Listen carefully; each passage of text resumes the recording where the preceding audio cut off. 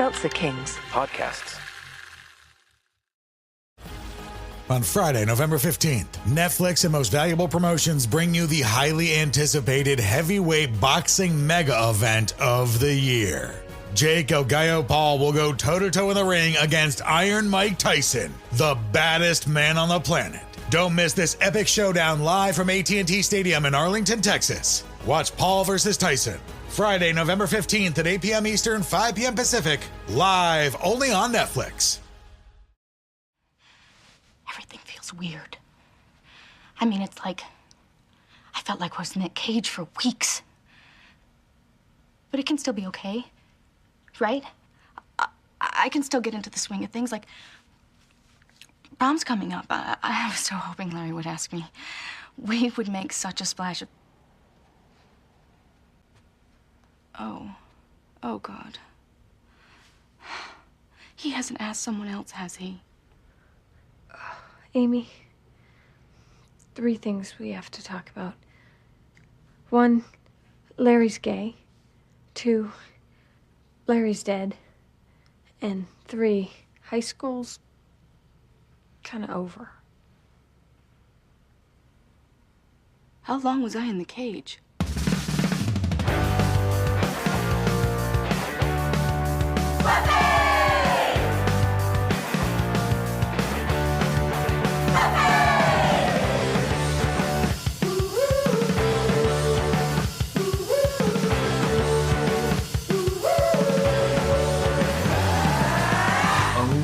Goodness gracious. Ladies and gentlemen and others, welcome to another episode of Boys Watching Buffy. We're just 2 boys watching every episode of Buffy the Vampire Slayer for the first time. We're giving our review, our reactions. We're your hosts. I am Joe Welke. I am Vance Tucker. Of course, we needed that last name for this one. We're getting a lot of last names. There's a lot of stuff happening. Oh, very yeah. Close together. Big stuff. Big stuff. We're talking about Season 6, Episode 9, titled Smashed, directed by Turi Meyer, written by Drew Z. Greenberg. Original air date, November 20th, 2001, to an audience of 5 million people. Everybody, before we get... join our Patreon, patreon.com/Boys Watching Buffy, where we're doing Boys Watching Angel. Crazy shit's going on in Angel right now if you never watched Angel. Real crazy shit. I got so much to say about this Angel episode. We got Boys Watching Movies, Joe's Fashion Report /Corner on there. Good stuff. Just released the Espresso Pumped merch on our merch store, where we also have a bunch of stuff. Some stuff related to this episode, you could say. Join our Discord, where we have a lot of fun conversations. And this week we don't have any Sloppy Joe shout outs, so we can just hop right in. Oh wait, no, Vance, you have a couple of shout outs that you wanted to do. Amy's back, witches. Shout out Amy. Shout out Paul K for the fucking we're in the do era once again, ladies and gentlemen. Yes, the do era returns just in time for Amy to return. Yep. And shout out to producer PK on Instagram. And, check out The Greater Gatsby, The Case of the Greater Gatsby through his, at Shipwrecked Comedy, which he's been working with. And, major shout out for giving us the new era. Yeah. Cherry Lime Lift Mountain Dew. And I've never had this one before. And you know I haven't. Yeah. I'm going to guess it's going to be kind of like a Shirley Temple. All right. If I had to guess. All right, let's give it a try. All right, let's fucking do it. Let's do it. That's good podcasting right there. That's good. Yeah, that's good. Good podcasting, just silence. I got to say, I think I still like Major Melon more. But I got like Major Melon more. But this is only first sip. We'll see how it goes down. Yeah, how it digests. I like it. I think it's pretty darn good. I get like a bunch of these cherry lime seltzers from Walmart, and I fucking crush them. This kind of tastes like that, so I fucking dig it. Yeah. I'm happy to be back in the Do era. It was a dark time when I was in the Monster era. And another shout out to producer PK, who, inspired by our cereal rant, I forget which episode that was, got us probably Life cereal. Actually, I think it was the episode before that. Life cereal. And it was randomly not inspired by Life cereal. It just happened. Yeah. We got a giant box of Cinnamon Toast Crunch. One of the best cereals ever made for flavor. Yeah. And I mean, I agree. Can't argue that. Can't argue with that. So good. And we also got the Cinnamon Toast Crunch spread. Now, I tried the spread. I saw the spread when I was adding stuff to our wish list, which we have. And oh, yeah, right. And I was like, oh, let's give this a try. This could be good. It's okay. It has the essence of Cinnamon Toast Crunch, but it's very waxy texture. That's my only complaint with that.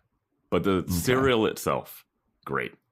And I know cereal is always a win. I would have never tried that spread myself, but thank you, producer PK, for letting us try that. I'm trying spreads. Yeah. I'm trying Olive Garden. You know? Yeah. You're trying Mountain Dews. Yeah. We're all over the fucking place, man. This podcast has opened our eyes and our hearts. I will say with this episode, it's one of those be careful what you wish for. Well, do we have anything else to announce up top? I think that we can just hop right in. Let's just get into this. Monumental. We've been waiting for this fucking episode. I don't even know how to react because I was like, if she comes back, I don't even know how to react. And I don't even know how to react. Yeah, I don't either. What happened? It's also been so long since Amy has been a character that I don't know how she acts. Like, I don't know if this is because she's fucked up or if it's like, this is how she always was. We'll get into it, but I think they really pushed some stuff that didn't track from what I remember. Yeah. But all right, so the episode opens up heartily. Oh, now hold on a second. Last week you said that you couldn't do a prediction because you saw the thumbnail. Yes. What was on the thumbnail? The thumbnail was a picture of her, like a close-up picture of Amy, just like with her hands, like right when she gets turned back. So I saw her not in rat form. Okay. So just like, now it makes sense. So I was like, all right, I guess she's back. I predicted that it would be about Thanksgiving and smashed potatoes. I threw out that the trio would be back, and they're back. But I mean, that's whatever. I would have never guessed Amy the Rat from Smashed. So no. I mean, I still don't understand Smashed. They broke into that place and stole a diamond. So maybe smash and grab. Or whatever. Or it's what you thought. Maybe they were using the term smashed in that other term. Oh. Maybe that's where it came from. Maybe this inspired that term. I guess so. Yeah, I did say that smashed like the fucking. Mm-hmm. All right. So the episode opens up. We get a lot of recap. And like I said, it's just, I feel like this is kind of like the writers of the show just went back and they were like, let's just do a grab bag of stuff and see how we can work it into the story. This was the longest one ever, right? Yeah. This was so insane. Long. So we get an Amy the Rat recap. And as soon as I saw that, I shit my pants. Gingerbread, the most underrated episode of the show. We get that from Gingerbread, Amy turning into a rat. We get Willow mind wiping Tara recap. We get Willow mind wiping the Scoobies as a whole recap. We get Tara dumping Willow recap. We get Spike wanting a Buffy bot recap. We get a trio recap. We get a Giles leaving recap. And we get a Spike and Buffy kissing recap. It's a lot of recaps. It's almost as if they had 5 seasons of the show plus the beginning of the season. And they were like, we're giving you everything. I'm surprised they didn't even throw in like Amy's mom recap. Just to be like, oh, wait, this is who that girl is. I'm surprised they didn't have a Joyce that like Joyce died. Xander's engaged. Like, yeah. man. So we open the episode with Buffy showing up in an alley to save a couple who's getting mugged by just regular people. And Buffy is like, oh, wow, this is just a regular ass mugging? It's been a while since I had one of these, huh? All right, well, I guess here, take your purse back, guys, and you can head off. And I guess I'll just fuck up these regular human people. I couldn't believe that the muggers... I thought it was nice of them to stop and let her quip after kicking them. She's a seemingly, they don't know what a slayer is. It's just a girl who kicked them. And all of a sudden they're like, oh, I'll let her quip, pick up a purse, hand it to the people we were going to rob, tell them to leave, and then we'll fight her one-on-one. Very conscientious muggers. So as Buffy's starting to fight these muggers, Spike shows up and he just like dive bombs off of a roof and punches one of these muggers. He's like, oh, fuck. He's got his headache from attacking a regular human being because he's got a chip in his head. I'm surprised we didn't get a recap of that because it's been a while since that's played in. Mm-hmm. But Spike shows up. He gets his headache going. And Buffy is like, oh, bet you didn't realize that those were regular humans, huh? And he's like, yeah, I thought they were demons. You usually aren't fighting regular humans. That doesn't make any sense. You never stop regular crime in the city. Yeah. And then so Buffy's like, huh, well, all right, I guess you got to get your rocks off somehow. And then Spike's like, there's more than one way to get my rocks off. There's other ways. And Buffy's like, ew. Can't believe I just said that. Can't believe I allowed for this joke to happen. And she's like, all right, I'm going to leave. And Spike's like, Buffy, come on now.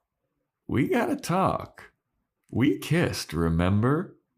And Buffy's like, Spike, that was a one-time mistake. And Spike's like, that was a two-time mistake, quote unquote. Buffy's like, yeah, well, it's not happening anymore, so don't get used to it.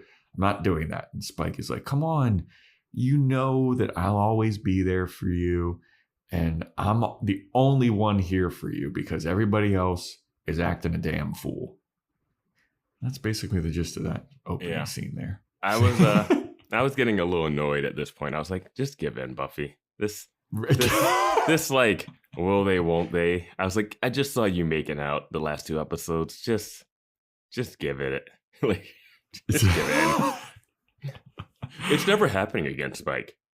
And I'm like, Spike, if I'm Spike, I'm just like, I'll just wait till the end of the night. Next time she's at the bronze, she's going to get so lonely. Like, Spike's not that moralistic to not take advantage of her at a low point. I mean, he also should be like taunting her, like, come on. I mean, the negging that he does at the end of this episode is, dude. Yeah. Yeah. Well, it's a little. Yeah. This episode has a lot going on. I don't know where it lands in the pantheon of Buffy episodes of the fandom, because I can see the fandom like kind of loving it, but it's also very. It's a little divisive in weird ways for me. This episode, you feel? Yeah. There's some real fucked up stuff going on here. You're just like, wait a minute. Yeah. Wait a minute. I think my overall thoughts of this episode is that it's frustrating for all the right reasons. Mm-hmm. Yeah. I can see that, yeah. Which we're about to get to right now. Yep. So we go to the Summers home and Willow is there and she's looking lonely and she's all like, man, I miss Tara. Oh, man. I don't have anybody in here. And she kneels down and there's the big old rat cage, which we have not seen in this in this room before. I mean, this rat cage is enormous. I'm like, how did we miss that? How has Willow been doing witchcraft this long and all of a sudden it's like, okay, I can bring Buffy back from hell, but I can't reverse a rat. Yep. So she kneels down and she picks up Amy the rat. And she's like, oh, I wish that I could somehow turn you back, because it'd be nice to have another person that knows how to do magic. And she's lecturing Amy the rat like, I need to get you a companion. I need to get you a companion rat, so that companion rat can grow a bond with you, and then you'll end up loving them, and then they can leave you for no good reason. Thank you. What? Willow, no what? Good reason. No good reason? You erased her mind twice? Twice? And the second time after she told you not to use magic at all? And you promised not to. You suggested it. Not to do magic for a month. Tara took it easy and was like, maybe a week. Give it a week and we'll talk. What are you talking about for no good reason? That shocked me. And everybody in this episode seems to treat this that way, and I am not for it. I am me neither. Yeah. We'll get to it later on. There's a couple of things that are going on, and I'm like, wait, you what? Yeah. So Willow says to Amy the rat, yeah, your loving companion can get up and leave for no good reason. And Willow puts the rat on the bed. She's like, man, I wish that I could somehow turn you back, Amy. And then she just goes, Reveille. And then a scroll appears. And she walks over to the scroll and she starts reading it aloud. And it just like that, turns Amy back into a human. Now, I've thought about this. I've thought about this time, Vance. I've thought about this for a while. And by a while, I mean a little bit after I watched it yesterday.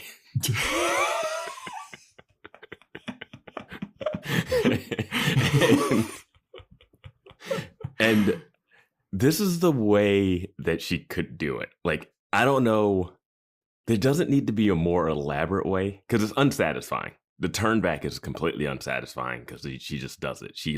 I think she just conjures the scroll that she must have used, and then said, oh, let me get the scroll. And then she read it and reversed it. And she was like, why didn't I think of that before? Right? Yeah. Don't know why she didn't think of it before, but it should have been even easier than that. Yes. Especially what we see later. Like, it's insane. So, yeah. It's fine. It's fine. I didn't know if this would ever happen or we would ever see the day when our girl Amy the rat is back in human form. And they love changing her back and she's nude. They've done it twice now. Well, it makes sense. Were the clothes in Gingerbread, when she turned, did her clothes drop? I don't know. I think when Buffy turned back, she was nude too, because Buffy has been a rat. You're right. Yeah, because Oz discovered her and Buffy was naked. Mm-hmm.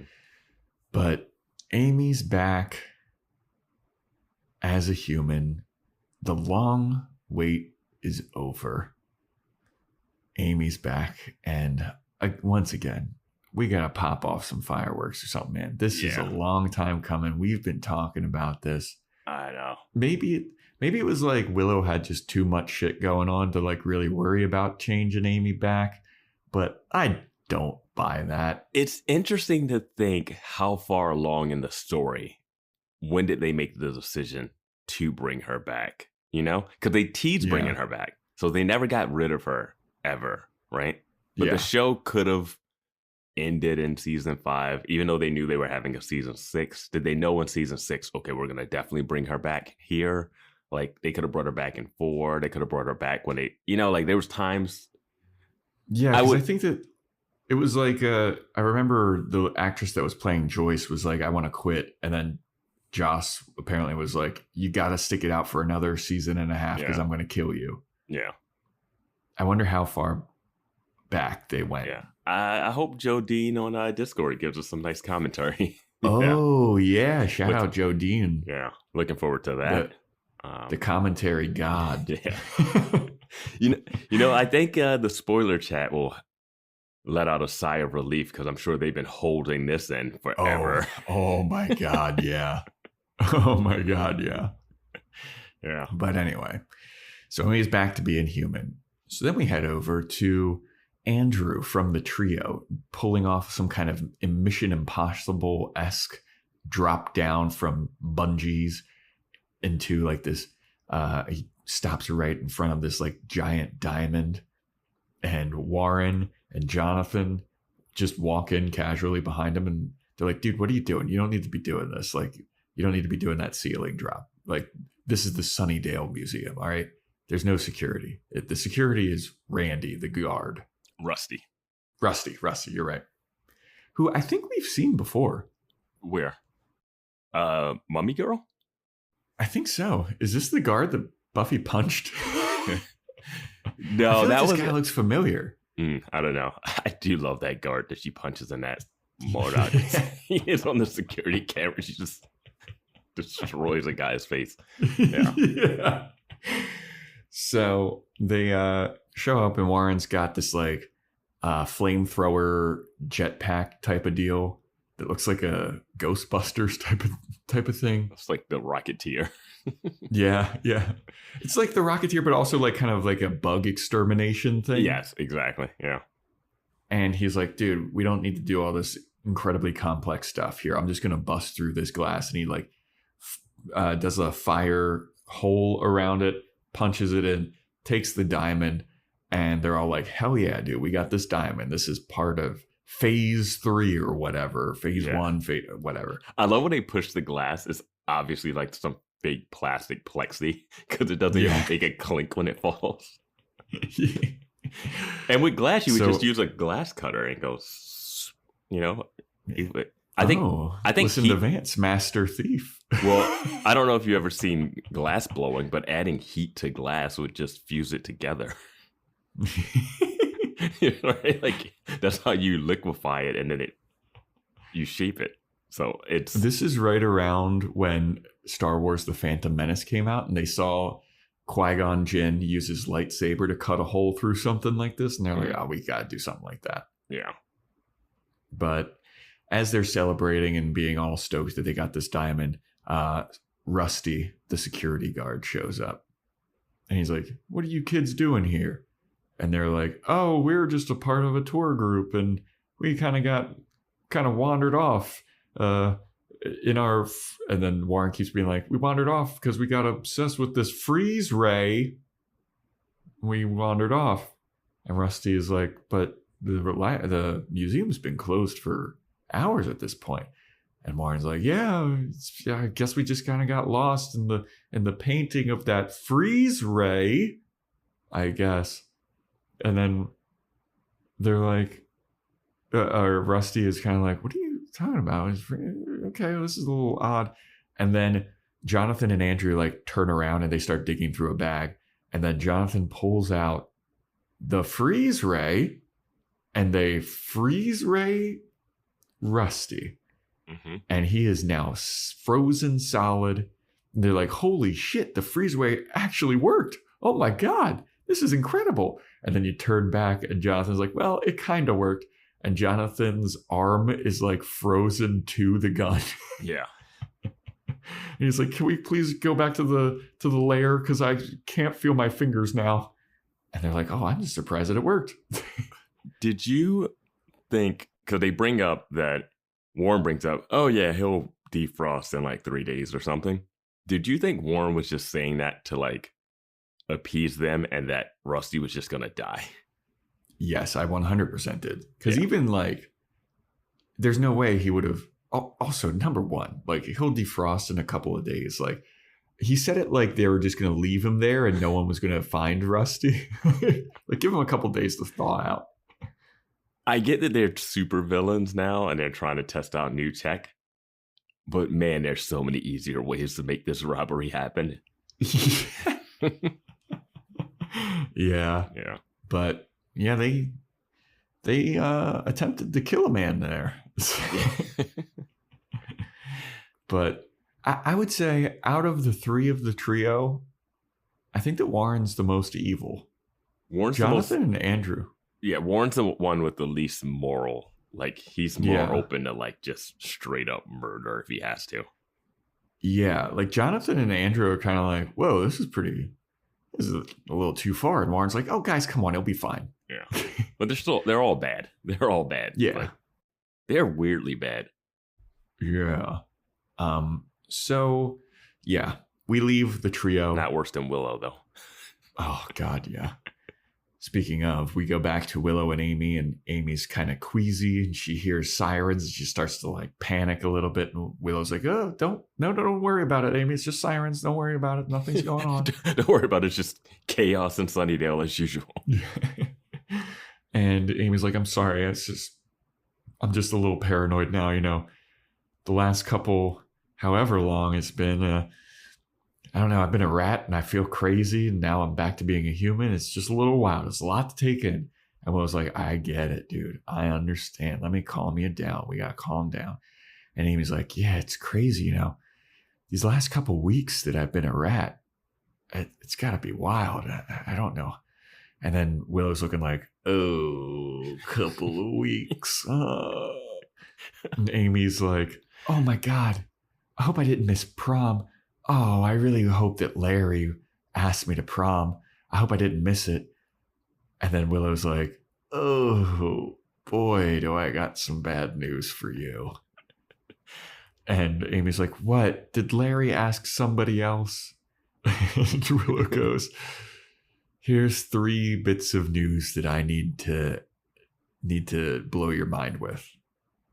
Number 1, Larry's gay. Number 2, Larry's dead. And number 3, high school's kind of like been over for a while." I love the Larry is gay reference. I love the reference of Larry in general. Yeah. I didn't think she liked Larry. I thought she liked Xander when we left Well, off. she liked Xander for that love spell. Yeah. I mean, how long was that after that?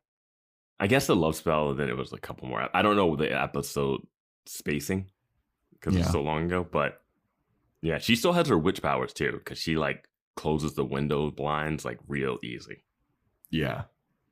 Which we'll talk about.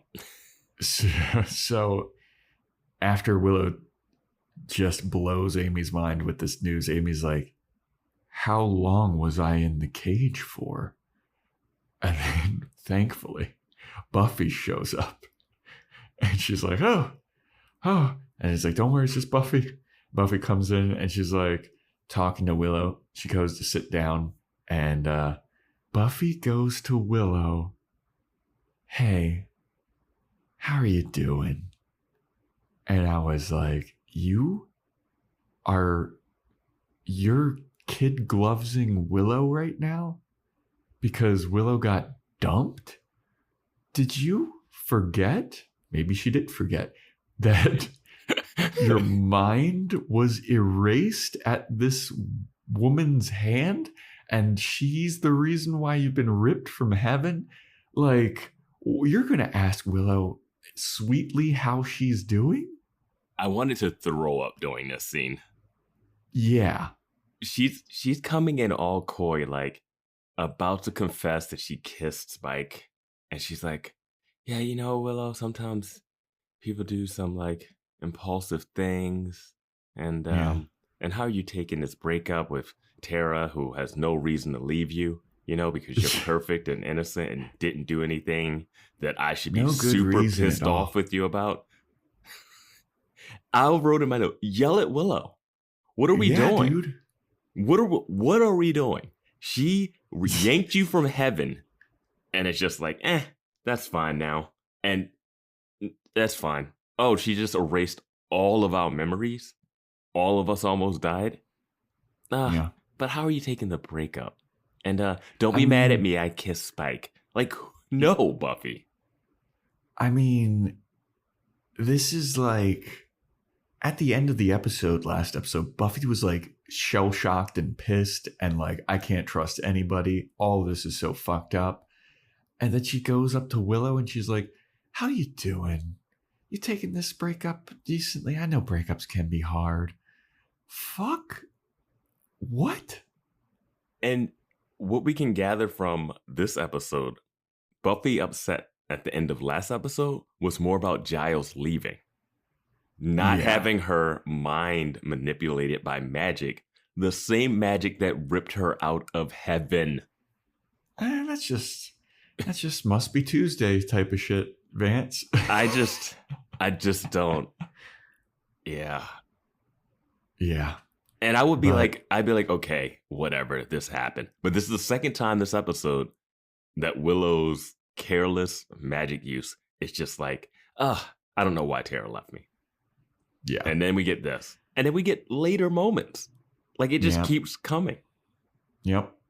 So Buffy's talking to Willow, and like Vance was talking about, she's like, oh, you know how sometimes people do impulsive and things that, you know, it doesn't make them bad people, but, you know, it's just like, you know, we do some things in the heat of the moment. And as she's talking all this stuff, Amy shows up, and Buffy looks over and she's like, oh my God, is that fucking Amy? You turned her back from being a rat? And Willow's like, yeah, pretty crazy, huh? It's like, yeah, like, the girl that you're sitting across from, Buffy, pulled you from heaven, okay? Her turning a person from a rat is nothing. She brought you back from the dead. Like, that is so minor. You've seen her put a force field around a building, okay? Yeah. You've seen her go into people's minds. Like, you saw her like go toe to toe with a hell god that you couldn't fight. Yeah. Like, but Buffy's just like, oh, and Willow is just kind of like, yeah, that just kind of happened. Don't worry about it. Yeah, she's like, I guess I can just do that now. And I'm like, punch her, knock her out, Buffy. Cocky Willow with witchcraft is just the worst. Yeah. But Buffy's like, Amy, how are you doing? And Amy's like, I'm a little shocked. I got a bunch of news. I got updated on the list of current events that happened. The whole school blew up, huh? That's crazy. And Buffy's like, oh yeah. And Buffy's like, sir, you okay? You want anything? You want to stay here? You can stay here as long as you want. Everybody else does anyway. Buffy says that with without a wink. It's like, that should be a dig at Willow. Like, right at her. Like, you're sitting in my mom's bed. Yep. My mom, who like traumatized me when she died. Like, good Lord. And Amy's just like, can I get some cookies? And Buffy's like, yeah, you can get some. I mean, what kind of cookies you want? And Amy's like, I don't care, as long as it's not fucking cheese. And Buffy's like, oh yeah, go downstairs. There's a bunch of cookies. Go for it. Well, she wanted a snack. Yeah, a snack. And then like, she asked about cookies and snack and cheese. Was she getting fed cheese? Was Willow even feeding her? Dude, I think she was eating a lot of rat flakes, was Joe. Yeah. Joe positive. She's definitely eating a lot of rat flakes. So Amy goes downstairs, and Buffy's like, huh, so you brought Amy back. How's that? And Willow's like, oh yeah, you know, Amy, she came back. She was a rat. She's a little freaked out, but you know, it's fine. And then I wrote the quote down that you brought over that you said earlier. And Buffy's like, how'd you do it? And Willow says, I just realized I could. Yeah, I thought so this episode goes into like Willow having another witch friend. But I thought the episode was going to be Buffy having another person that was brought back from something that they were into. Like, it's a little different being a rat and being made into a person. It's not like being pulled from heaven. But Willow's magic changed you from one state to another state, and you're trying to adjust. So I thought Buffy and Amy would bond over, like, yeah, it's a hard adjustment. Especially because they have this great exchange in this scene where it's like, where Buffy goes, how you been? Amy goes, rat, you? Dead. Yeah. Yeah. Great. I like that exchange. Just said it all. Like, they don't even like look differently. Like, Buffy said she was dead. Amy's like, yep, yeah, that makes sense. Like, yeah, they're kind of like, huh, all right. Yeah. But I thought, I really just thought when Willow says, yeah, just the adjustment, I thought Buffy was going to relate that to her being pulled from hell and like really lay into Willow.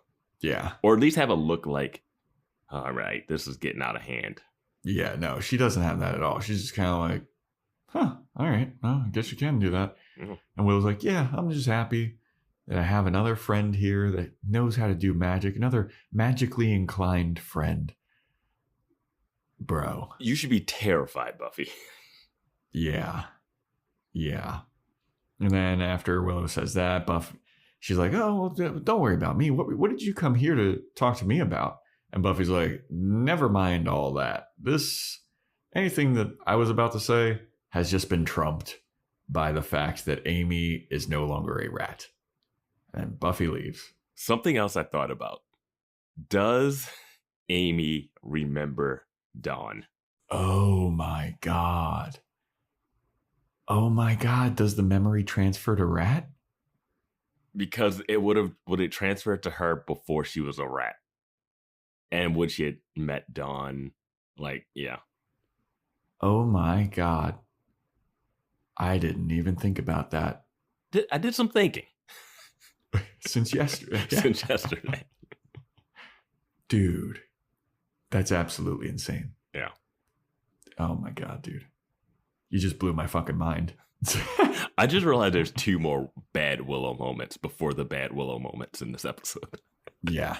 It's wild. Dude, Willow's out of control. Yeah.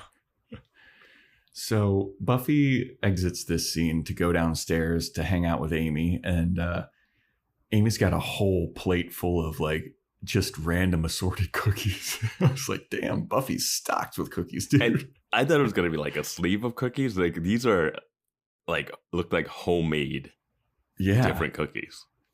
Yeah, man. But why didn't Amy's Willow just make her some cookies with magic? You know. Hey, we're going to get fat Amy. Remember she had the issue with the brownies and stuff? Like when she was cheerleading, her mom wouldn't let her have brownies and stuff like that. It was a real eating disorder type thing happening. Yeah. But speaking of moms, as Amy's eating the cookies, she takes the time to apologize to Buffy. She's like, hey, I'm sorry. I heard about your mom. Sorry about that. And Buffy's like, oh, don't worry about it. Thank you. I appreciate that. You're more kind than all of my best friends right now, actually. Sorry your mom stole the trophy that's on the discarded high school floor. Sorry your mom has been melted in the explosion that I did to... Yeah, because Amy does ask like, so the high school, like, none of it's left?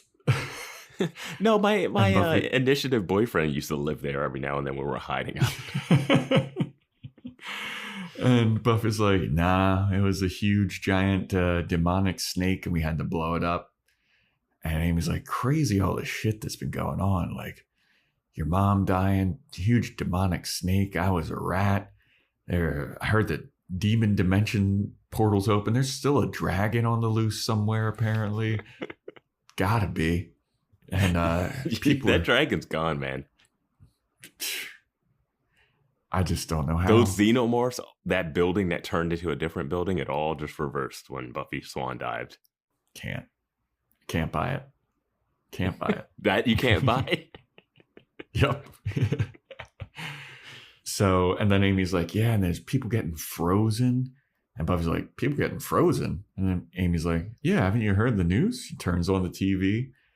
News report of, and this is like my favorite fucking news report I've ever heard in my life. So the news reporter is talking about like, yeah, security guard has been frozen. They show footage of the security guard being like wheeled out on a dolly. And he's just frozen solid. And the end of the report, the guy goes, and that's the story. Live from the museum, Brian Morris. The museum. The museum. There's only one. It's a one Starbucks, one museum town. I just could not stop laughing at live from the museum.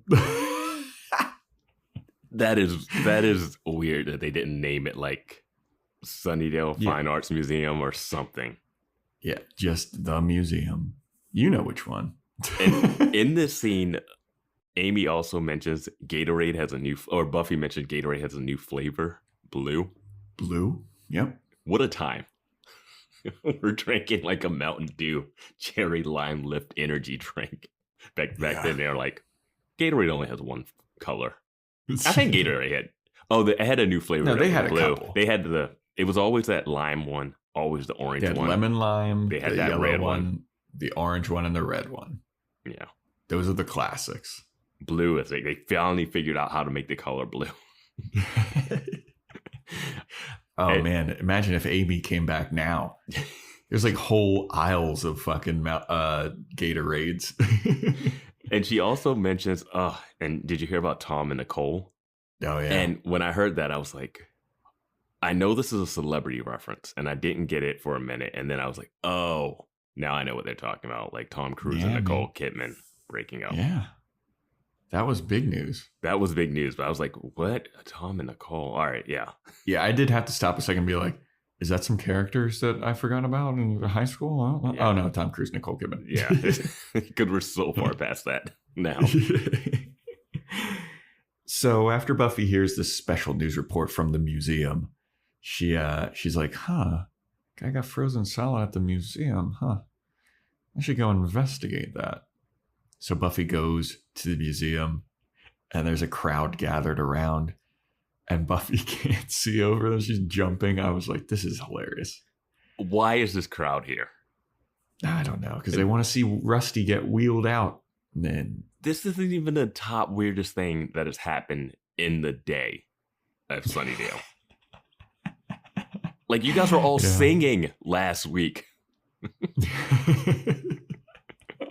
A man getting frozen is nothing. Yeah. But Rusty gets wheeled out. Buffy's snooping around. She tries to see what's going on. She goes around the backside of the museum and Spike shows up. And Spike is like, hey, remember me? The vampire you smooched? Nice of you to show up. And Buffy's like, are you going to bring this up every fucking time I see you, dude? And he's like, it's a pretty big deal. Mm-hmm. And Buffy's like, it's not a big deal. And Spike's like, I mean, we kissed twice. And it was hardcore making out. It was the end of a musical. That was the big finale. And then after you were all sad last week, we smooched again at the Bronze. I was pressing you up against a pole, girl. And you were pressed up against mine, you know. pressing you up against the pole, girl. And Buffy's like, Spike, are you serious? It was just a couple kisses. It's nothing. It was so much nothing. I forgot about being expelled from heaven and was about to confess it to my friend. And now this Buffy needs to have a conversation with Parker.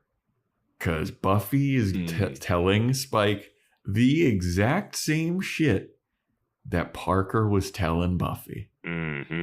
Mm-hmm. And this one is a lot different because Spike has confessed loving you.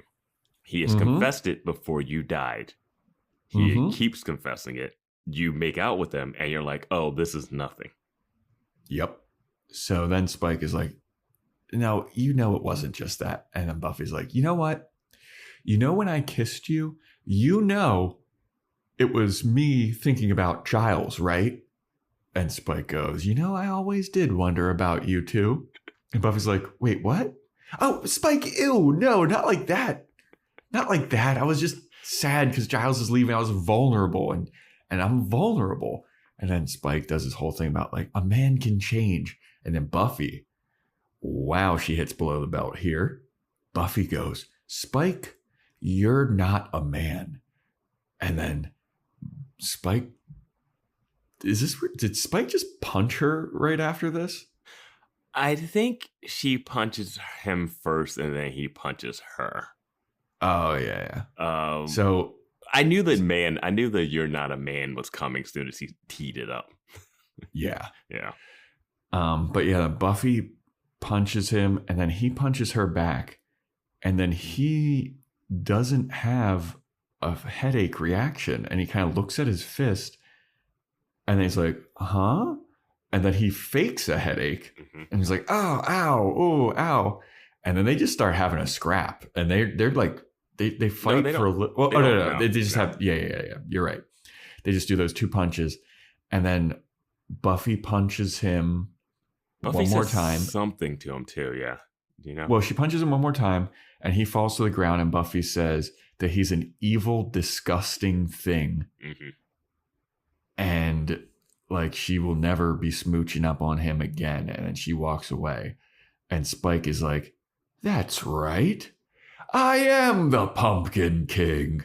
And he gets an evil grin. Now, and he's, yeah, you got it. Yeah. Oh, no, he just gets an evil grin like, oh, yeah, I am evil. And maybe now that I have this, maybe my chip stopped working. So maybe I can go back to being evil. I thought he knew what was up right when he punched her, because I knew what was up when he punched her.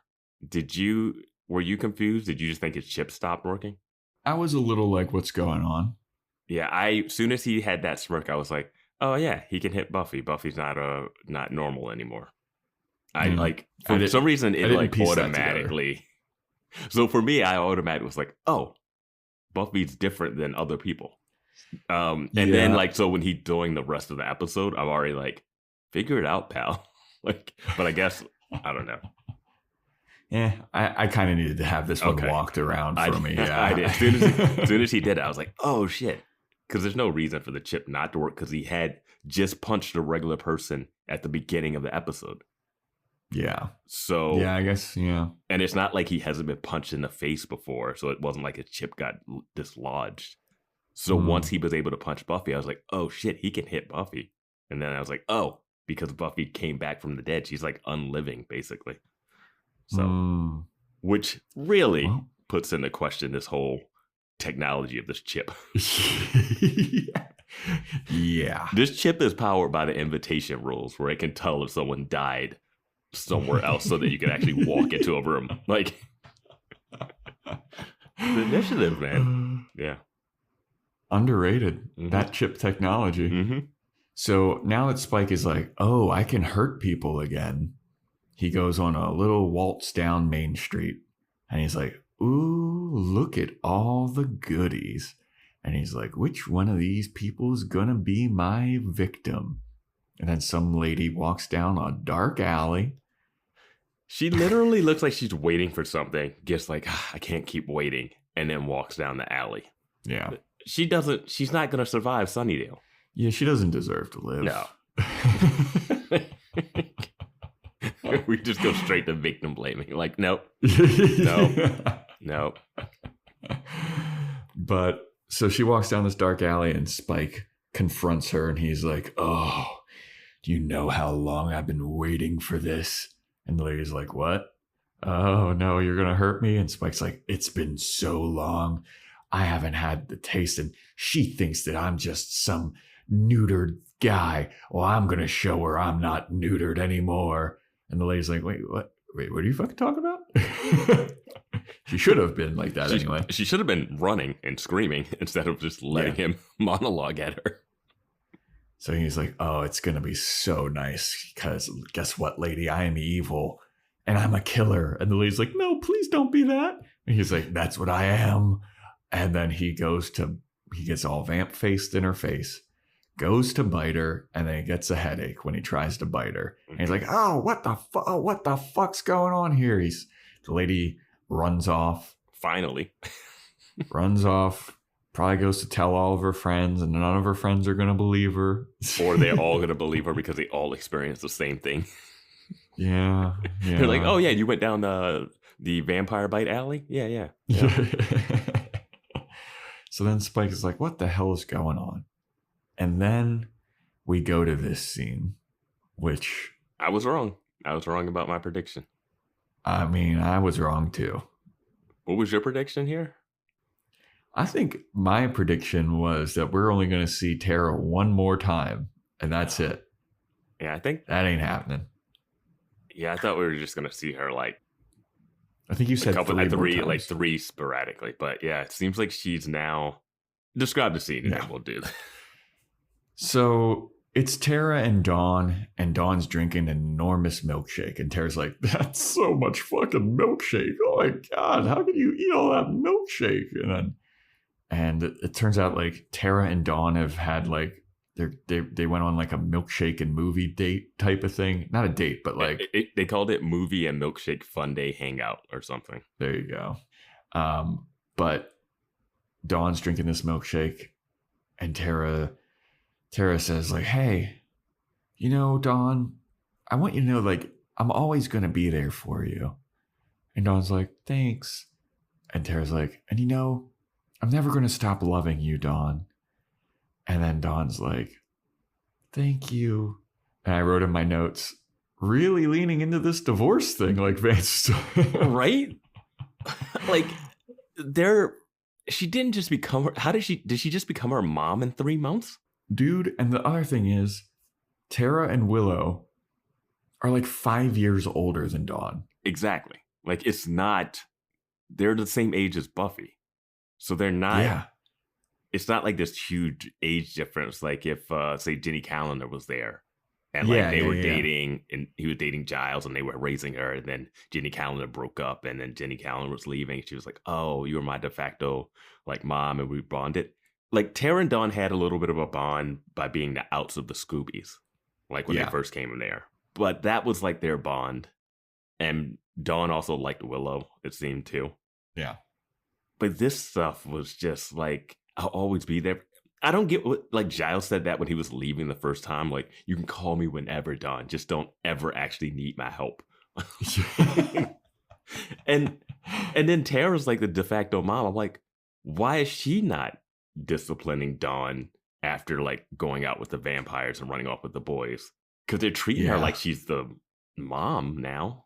Or parent. I mean, dude, it was so fucking weird, this scene.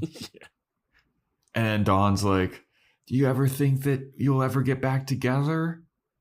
And Tara's like, oh, honey, it's complicated. Why do you care, Dawn? Right? Like, it's not that big of a deal if they sleep in this, like, if they live in the house together with you. When you said last week, like, when Tara's leaving, you're like, oh, they're leaning into this divorce thing. I was like, what? Really? Mm-hmm. And then this, I was like, oh my God, this is weird. It was classic, like, oh, you guys can't stick it together and I'm going to run upstairs. I'm like, Dawn, you experienced your memory wipe by Willow. Are you shocked that Tara wants to leave? Like, yeah. You guys all should want to leave. You should kick Willow out of the house. Yeah. And they should kick Willow out of the house because, like, the conversation that Dawn has after this is like, Dawn's being like, well, Willow is like, she's being more careful. She's not really using that much witchcraft, and when she does, it's like a lot more careful. She's still using, but like she's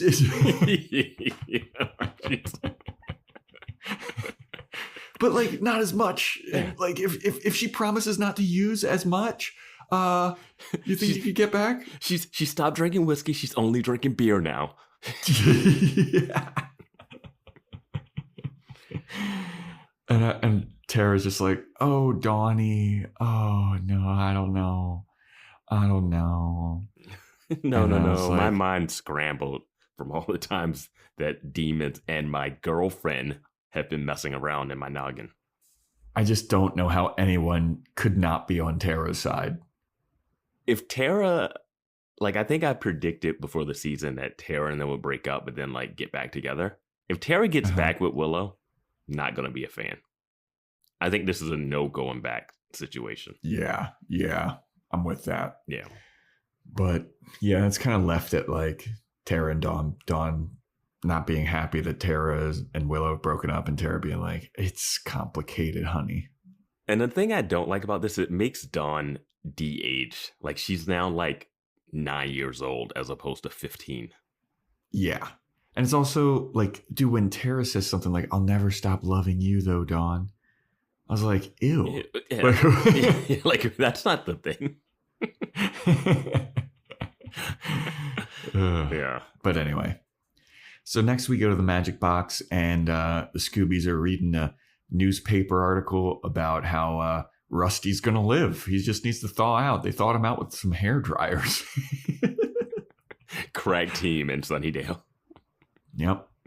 And Anya's looking for a book, and she's like, oh, Giles took the one book that I'm looking for. Why did he take that fucking book? I needed that book. And I wish that he was still here. I wish that we could call him. And then Buffy's like, I don't know. It's probably the middle of the night over there.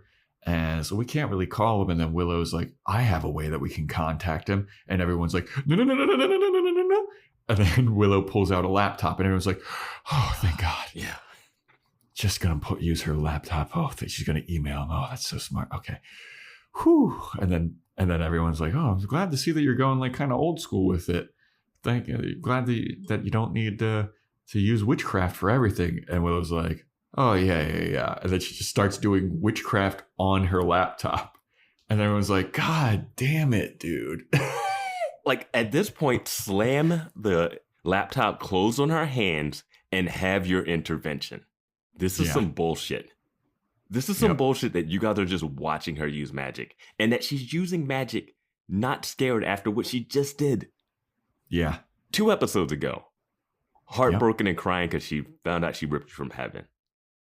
Now, the next episode, she erases everyone's memory by accident. Things go wrong. She was warned that things could go wrong. Gets dumped, crying in the bathroom, sitting like sobbing, can't believe what's going on around her. Now she's doing magic to like type. And it's like not even like this magic is insane because she's going into the internet with magic and reading police reports. They were like, oh, we haven't seen you do hacking in a while. That used to be your character. And like then she's like lawnmower manning it. God. Yeah, she's like doing like the looking up into the sky, like reading in the sky. Yeah, she's in the Matrix or and everyone around is like looking at her like, this is fucking weird, dude. And I'm like, say something. See something, say something. Like this is literally somebody does. It's like 9/11 times. Well, somebody does see something and say something. Fine, my hero. Everyone's like, hey, you think you should be doing that, Will? You think you really needed to be doing that? And Will's like, oh yeah, it's just like a lot faster. And then Anya comes over and she's like, bro, what the fuck are you doing? We all know that like you're not feeling good and you're upset because Tara up and left you because everyone's afraid because you've been fucking using way too much magic and everyone's afraid to say something except me. And then everyone has this like moment of silence. And then Anya's like, is this that thing that you were talking about, Xander, where I'd say things that I shouldn't? And Xander's like, yeah, that is kind of that. And I was like, thanks, Anya. Thank you. It's like, this is a place where Anya needs to be saying, somebody needs to be saying something. How is Buffy not saying anything? You are the victim, Buffy. Especially later. In this episode. Oh, in this episode? Yeah, sure. Yeah, every part of this thing. And this is where I was like, it's frustrating, but they're doing it on purpose, I think. I just don't. Yeah. Like, I understand making Willow bad. I just don't understand why the people around her are not reacting as if the magic hasn't affected them. I mean, it's Anya kissed Giles. She kissed Giles. She thought she was married to Giles because of this. Like, that's insane. This has got, like, they're doing the divorce allegory with Willow, Willow, Tara, and Dawn. Mm-hmm. This is like a drug use addict allegory. Yeah. Because, like, it's awkward to bring up. Like, if you have a friend that's like, hey, man, maybe you should not be drinking so much. Like, this is Willow. Like, well, they were going to do an intervention when they found out that Buffy Bot was banging Spike. At least they were going to talk about it. Yeah.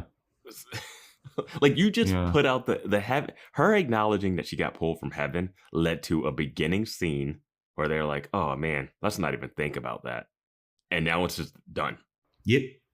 Oh, dude, you know what I fucking wanted to bring up that I forgot about until just now? Remember when we thought that Giles killing Dr. Intern Ben was going to lead to some kind of repercussions? Apparently not. No, that's going to be nothing. It's nothing. The whole glory thing is nothing. That whole scene the was glory like, days? Glory's an interesting character when you think back about her. Like, was she good? Was she? It was like entertaining coming off of the Adam stuff, but like, I don't know. Was she too one note? She was fashionable as fuck. That's all I gotta say about it. But yeah, we were like, oh, I wonder what's going to happen. Someone's going to have to find out about Giles killing Dr. Intern Ben. He just killed a regular guy. And nope, he's just going to England. He got a little song. That moment was like, said something about Buffy. It said something about Giles and Ripper, but it means absolutely nothing right now. Yep. But anyway, back to this thing. After Anya's like, hey, we're all like, Tara up and left you because you're doing this kind of shit. And Willow's like, no, I'm fine. It's fine. Don't worry about it. I feel fine. Nobody should worry about anything. I'll be good. You know what? I'm actually going to go home. I'm going to go home and keep Amy company because she's still a little shell-shocked being a human again. And Buffy's like, yeah. How is Amy doing? How's she adjusting? And was like, she's actually doing surprisingly well. I thought she'd be doing a lot more rat stuff, but she's not. How are you adjusting, Buffy? Yep. Nobody asks. I think the catchphrase of this season right now is "fuck the Scoobs." Like, fuck them so hard. Like, they're the only person that like I'm not super upset with right now. It's like Tara and Anya. I think Tara more than Anya. Tara definitely more than Anya. Yeah, but no, Tara gets a little bit more of the allowing Willow to bring her back. Yeah, because Tara was like, we can't bring back Joyce. That's against all magical rules, witchcraft. We couldn't messing with the nature of things or whatever. And then it was like, Willow's like, but we got to bring Buffy back. And then Tara's like, well, my girlfriend said it, so yeah, fair enough. At least Anya was pushing back against that. Yeah, and Anya wasn't there for the actual ritual spell, was she? Yeah, she was. Yeah, she was there. Yeah, I mean, they all agreed Xander put Willow in charge, which makes sense that Willow would be in charge too. So yeah. But anyway, Willow goes back home to check on Amy the rat. So then we go over to the trio, and the trio is just looking at the diamond. They're like, oh, he's so sparkly. Oh my God, it's so cool. Oh, phase 2 is complete. Now we can move on to phase 3. And then Spike shows up. And Spike is like, hey, you fucking nerds. I'm going to bully you right now. And Warren, I want you to look at my chip. And they're like, ew. And he's like, the chip in my head. Fucking, who? What? Chip is not a euphemism for penis. Shut the fuck up, you other two nerds. Was that something they said? I don't remember. Was that a moment? Well, he like shoves Warren up against. He's like, I need you to look at my chip. And Jonathan and Andrew are like, ew. Oh, yeah. And Spike is like, what? No, the chip in my head, you idiots. And so, Joe, we weren't alive in the 2000s, so we don't know what. Hey, why don't you suck my chip? But then they're like, why the fuck would we help you? We're not going to help you. You're being mean to us. And then Spike's like, if you don't help me, I'm going to... And he grabs a little Boba Fett doll action figure. And he's like, if you don't help me, I'm going to break this Boba Fett thing. And they're like, no, please don't. That's priceless. We need it. It's limited edition. We can't do that. Warren, you got to help him. And Warren's like, please just don't hurt Boba Fett. Let me just confer with my associates. And then they have a little huddle. And Warren's like, I think I should help this guy. And Jonathan and Andrew are like, what? That guy's evil. That's Spike the vampire. And Warren's like, yeah, but if we help him, if we do him a solid, he'll have to do us a solid. He'll owe us. And then we can use him to like get rid of Buffy. And then that will like help our plans to flourish. And they're like, okay, that's actually a good idea. And then Spike overhears all of this because we learned from the Angel show that vampires have super hearing, right?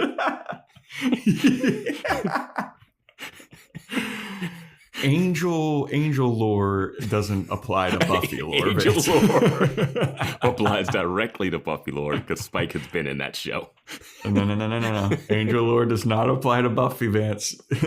Different rules, different shows. They're on different networks now. Vampires notoriously have great hearing. Meanwhile, Warren's whispering about killing Buffy 2 feet away. Yeah.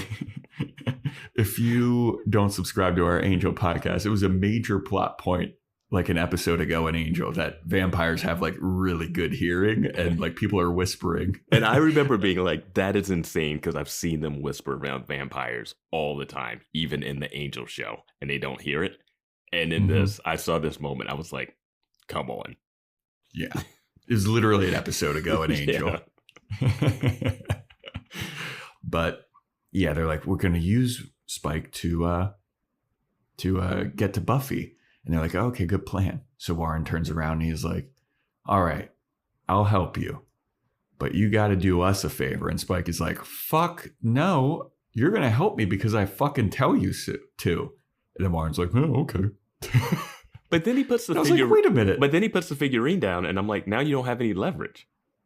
Well, I was also like, well, Warren, then like, why would you help him? Like, why are you, like, he can't hurt them without getting a headache. And those three together are way more powerful than Spike anyway. Like, they could destroy Spike. Yeah. Any witch can destroy anybody, is what I think. But Warren's a little pussy bitch, and he's like, okay, I'll help you. Just don't hurt me with your blonde hair. Well, he's got his motives of, like, getting info on Buffy, but he doesn't realize that Spike loves... Well, he knows Spike loves... He made the robot. He made the Buffy bot for him. And he programmed it to like really like him. So like, why would he think Spike would help him get rid of Buffy when he wanted a robot that he could have sex with? Dude.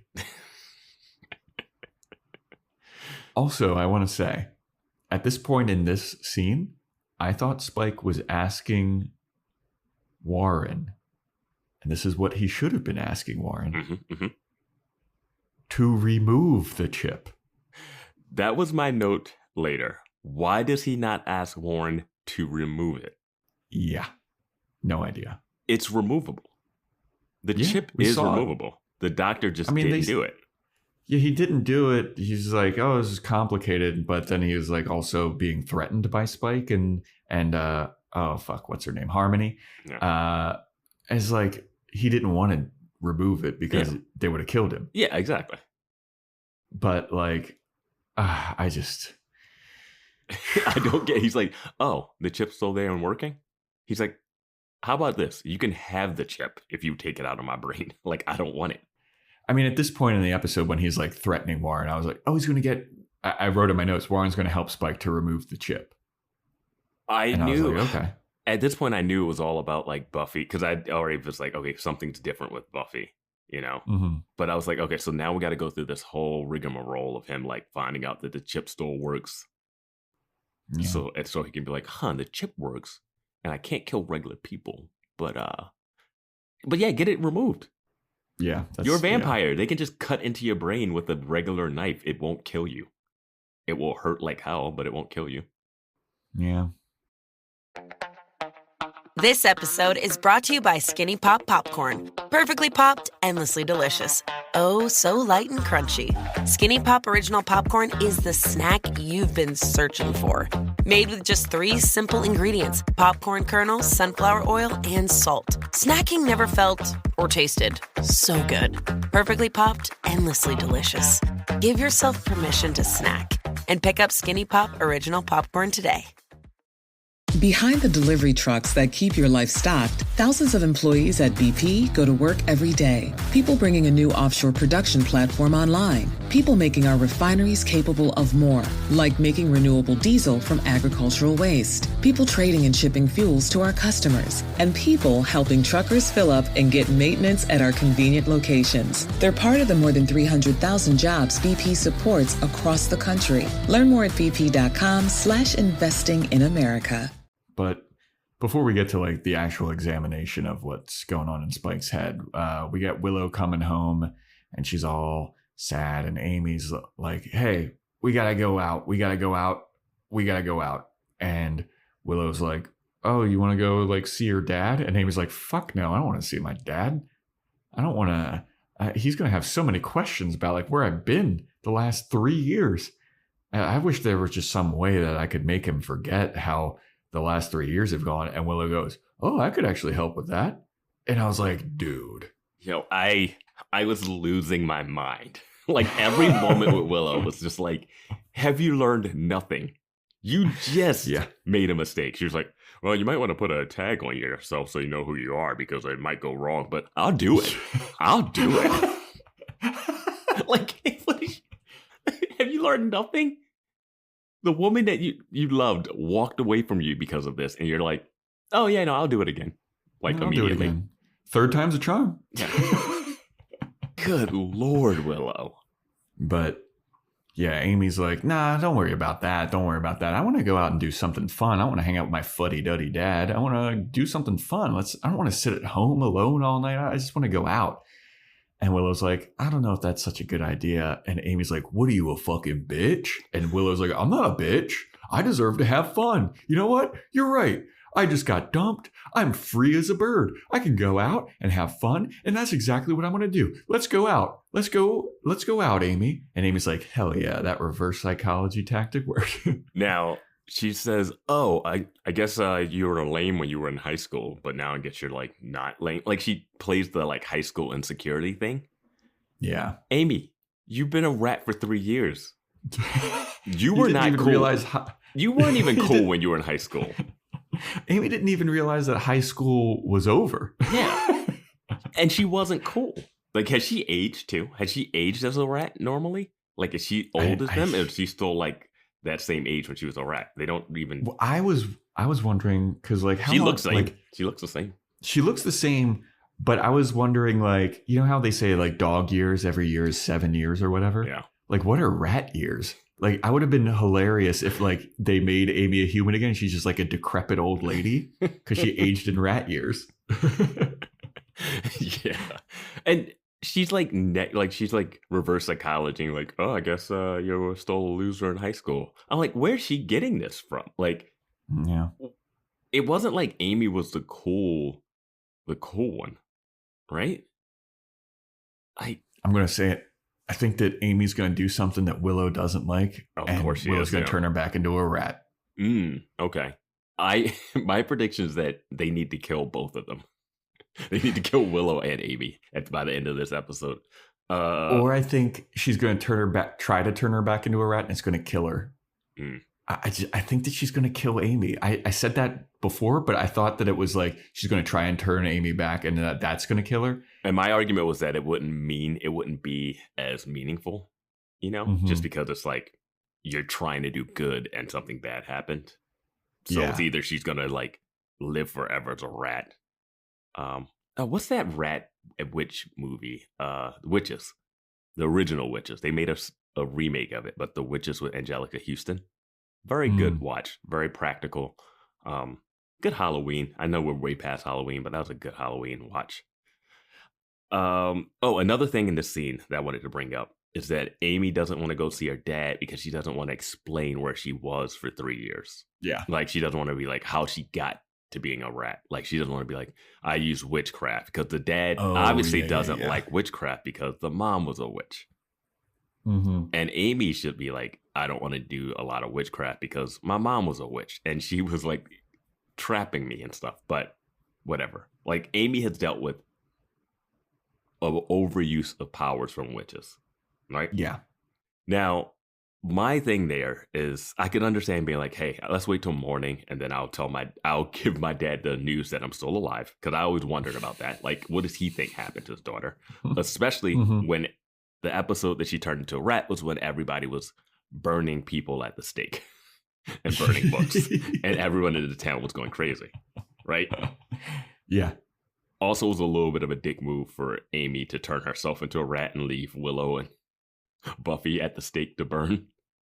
Yeah, I mean, we've always said that was a dick move by Amy. So she's been 3 years as a rat. That's probably enough punishment. I would say enough, yeah. But why can't she just lie to her dad about where she was? Like, so much weird shit has happened. Yeah. that she could make up any excuse. But do regular humans in Sunnydale believe any of it? She could say, I was kidnapped and I escaped my captors and they took me out of state. And the dad wouldn't be like, oh my God, are you lying about turning yourself into a rat? No, he'd just be relieved to see you. Fair enough. Like, what would you, like, if your long lost unless daughter he's a came dad back? like Unless he's a dad like Buffy's dad, who couldn't give two shits. He's like, yeah, he's like, shit, I gotta raise you. Or if it's like, or if the dad's like Giles and he's like, nah.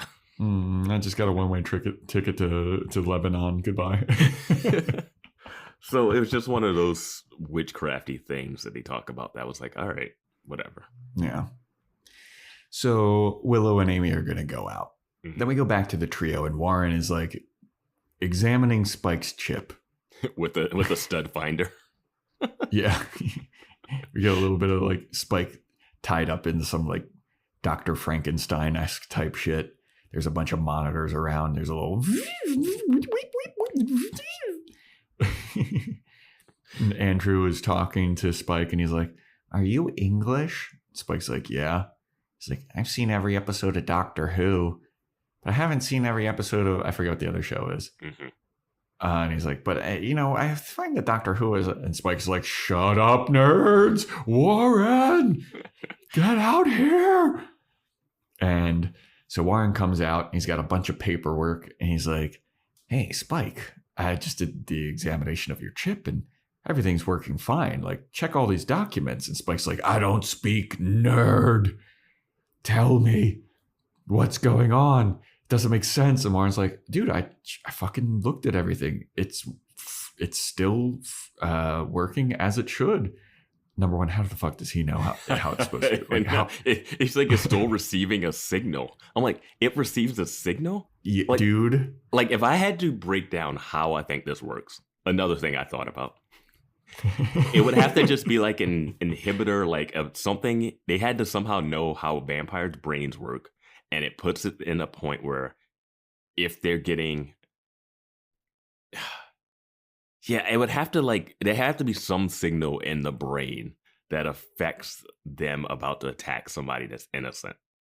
But it's weird because he could punch someone that seems not innocent, like the muggers, and it somehow knows that when he punches the muggers that they aren't evil people, like they're not demons. Like, it's one thing if he's looking at an innocent girl and he's getting like rapey, violent tendencies, because they have a chemical castration, basically, you know? Yeah. But it's like, if you just punch someone and you don't see their face, like the chip can tell, like, that's a good person. Like, that seems more magical than scientific. But yeah, I don't know. I can't believe this chip is still there. I can't believe the chip is still there. I can't believe it's still such a major plot point. You know what I mean? Like, two seasons later. I will argue this is good plot pointing of the chip. This is good use of the chip. Yeah, it felt like the chip was a little forgotten about for a little bit. My favorite use of the chip is Spike punching Taylor in the face. Yeah. Nah, she's good. And the family just being like, I guess that guy's right. I was just shocked. So when Warren comes out, is explaining like, no, everything's working as it should, as if Warren was the one that like worked on the chip initially or something. Like, how the fuck this is the first you're hearing about this chip. Unless he examined the chip before when he was making the Buffy bot, which he wasn't. Yeah, I don't know, unless Spike like told him about the chip that, like, I don't know how he would know it's functioning as it should. Like, he kind of even he doesn't have anything to to compare it against, you know? In scientific terms, he doesn't have a control, you know? Yeah. There you go. Yeah. And at this point, again, like, I had already figured like something was up with Buffy just because of the way they set it up. So I'm watching this like, all right, sure. Randomly, he's going to figure this out that it is working. Yeah. I don't know. So Spike, after he hears all this news, he's like, oh, so the rules have now changed. Oh, there's nothing wrong with the chip. There must be something wrong with her. And then he leaves. And the trio's like, whew, that was close. This is where I was like, It's not even close because he can't even hurt you. He's a non-threat. And Warren knows he's a non-threat. Well, I mean, he can hurt them. He'll just get a headache for 15 seconds. He can break their figurines. And they are nerds.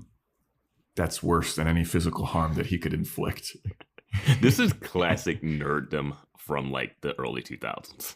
Well, I also love that Spike is like, I'll break this, and he has to look back at like, Spike would know what Boba Fett is. Spike would know what Star Wars is.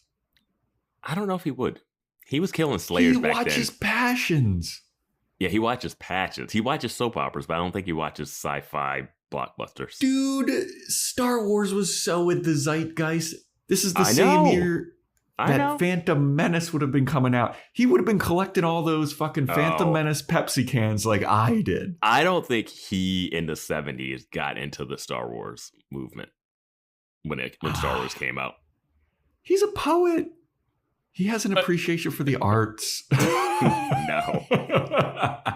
And I think he would have been even more turned off by the Phantom Menace. Yeah, true. Yeah. But, so yeah, Spike has figured out there's something wrong with her. So then we go back to Dawn and Tara.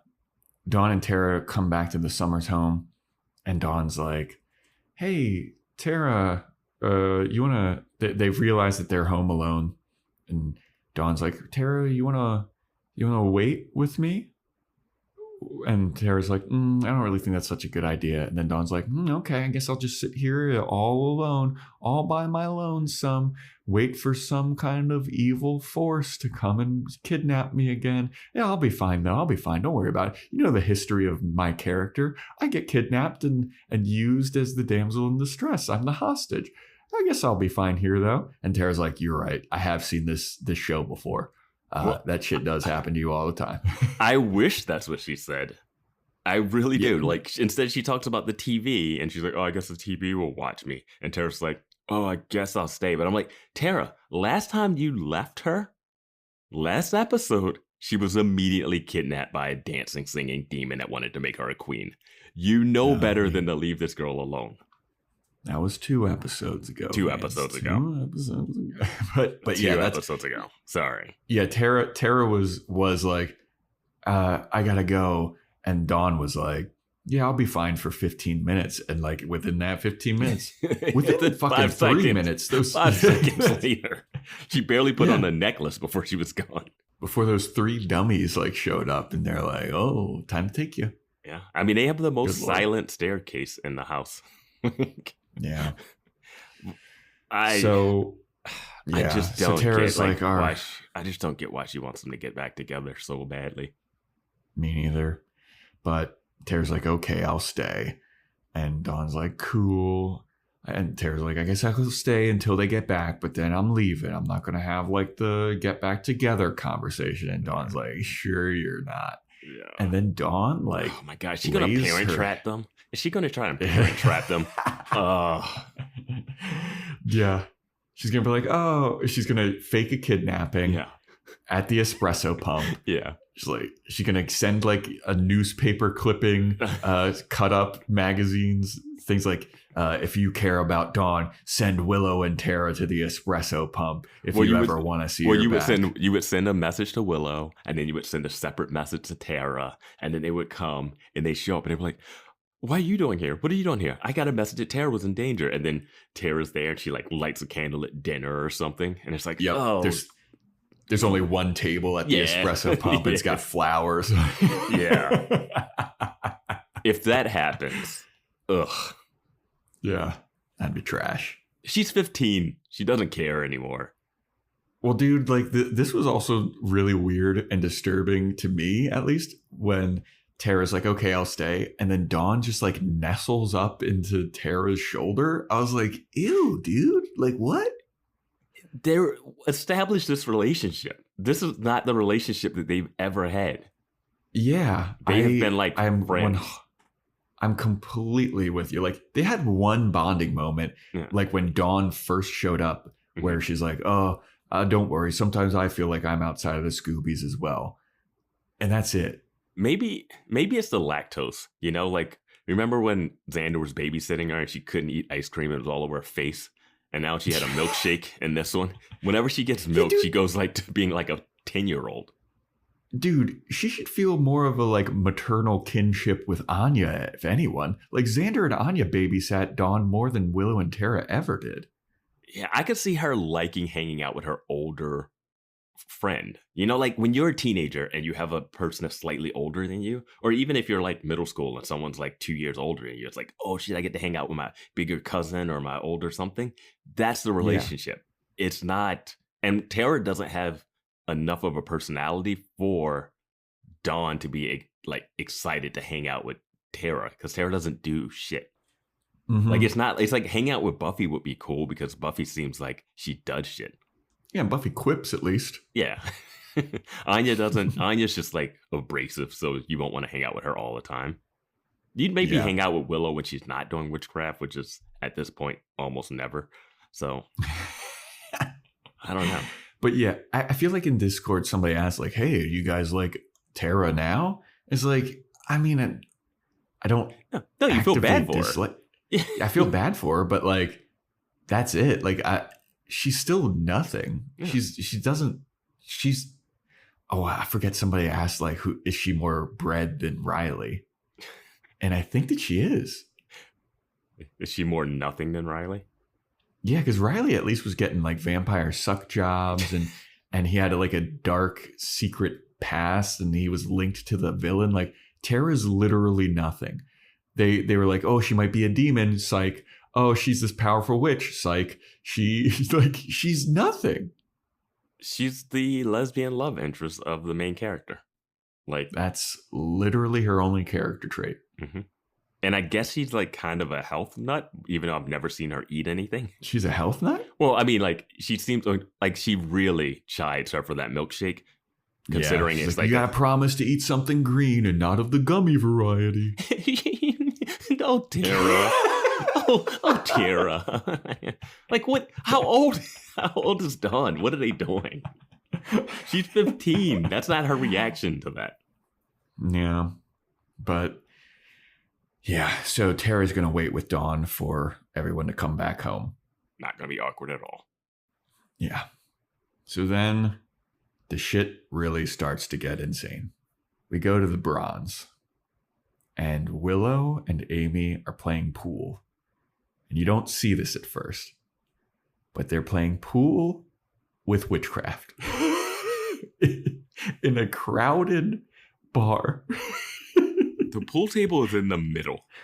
It's almost on the dance floor, this pool table. And they are just using their minds and magic witchcraft to hit the ball. One, you can't play pool that way. Because if you can magically move the balls, why would you ever miss? Yeah. And two, just out in the open, careless. Mm-hmm. And no one at the Bronze is like, yo, you see those two girls? What the fuck is happening? Yeah, not even these two douchebags that approach them. These two guys are like, hey, you girls are pretty cute. You guys want to fucking dance? And Amy's like, I've been living as a rat in a cage for 3 years. I'm going to go dance with these dudes. Mm-hmm. And then she turns to Willow and she's like, Willow, you want to come dance? And Willow's like, nah, I'm good. I'll sit this one out. And then Amy goes, ooh, we could find something that's a little more your style. And then she sees these two hot ladies sitting at the bar, and Amy snaps her fingers.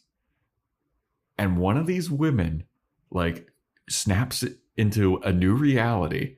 And she gets up from talking with her friend, walks over to Willow, and she's like, hey there, big spender. And Willow turns to Amy and she's like, no, I'm good. Don't do this. I'm good. And Amy's like, suit yourself. Snaps her fingers again. The lady comes back to her regular life. And she's like, what am I doing standing over here? Weird. And then she walks back over to her friend, and her friend says, what was that all about?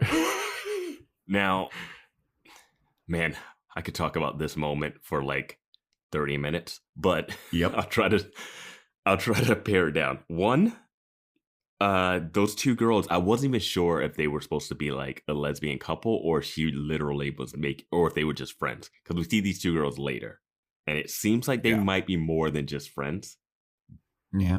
But that eased it just slightly. Because at first I was like, those are just two regular girls talking, and she just turned her and made her come over. Now, in my notes, I wrote, that's so fucked up. Yeah. She just was able, she was able to snap her fingers and get a girl attracted to Willow. Yeah. The bewildered episode. Bewitched, bothered, and bewildered. Yeah, whatever. The triple B's episode. She does a whole magic love spell to try to get. Wasn't it a magic love spell to try to get Cordelia not to love, or to get someone, or get Cordelia to love Xander or something? Yeah. And it was all this talk about love spells being hard to do, and they always go wrong, right? Mm-hmm. And they had to do like candles and circles and chanting and all this stuff. Amy has been a rat for 3 fucking years. And somehow her witchcraft is at a level of Willow's, if not higher. Yeah. Without any training for 3 more years. And she can just snap her fingers and make a girl come on to Willow? Yeah, man. That's something that she can do? I wrote in my notes, I was like, I don't remember Amy being this powerful. Not at all. Her big move was turning into rats. Yeah. Yeah. Yeah. I mean, because the whole storyline of Amy before she turned into a rat was like her mom was powerful and Amy just kind of dabbled in witchcraft, but like everybody knew that she dabbled in witchcraft. So like maybe we could get her to do some more intense witchcraft because she's already got that curiosity. Yeah. And now, after 3 years of being a rat, eating rat flakes, she comes out and she can just snap her fingers and warp reality. When? How? And I was like, that is so fucked up what she just did. And then somehow they try to like make the guys bad in the next scene. Yeah, so the lady, after she's like snapped back into not being into Willow, and she's like, oh, well, that was weird. Oh, okay, well, whatever. Willow is just like sitting there and she's drinking alone. And she's at the bar. She's like quipping at an olive. Yeah. I do have to say this. We do see Amy go to the dance floor and she's dancing with 2 guys at the same time. And boy, if you don't get Faith flashbacks to this, or like dark Buffy flash. Anytime someone dances on the dance floor by themselves, something's up. Yeah. So she's like getting dance Eiffel Towered by these 2 guys. Willow's drinking alone. Amy comes back over and she's like, hey, how's it going? You doing all right over there, Willow? And Willow's like, yeah, don't worry about me. Did Amy steal Willow's like martini too and just like drink it in her face? Also love that there's a martini at this place. The place that was serving drinks in solo cups. Yeah, it was like 1 episode ago. Buffy was good shit. Now they got martini glasses. The bronze is whatever you want it to be. So Amy's like, you sure you don't want to come out and dance? And Willow's like, yeah, don't worry about me. Have fun. Like, don't worry about it. So then the 2 guys show back up. And they're like, where'd you go, babe? Why'd you fucking leave the dance floor? And Amy's like, I just need a break. I want to check on my friend. And they're like, all right, well, why don't you come back? Why don't you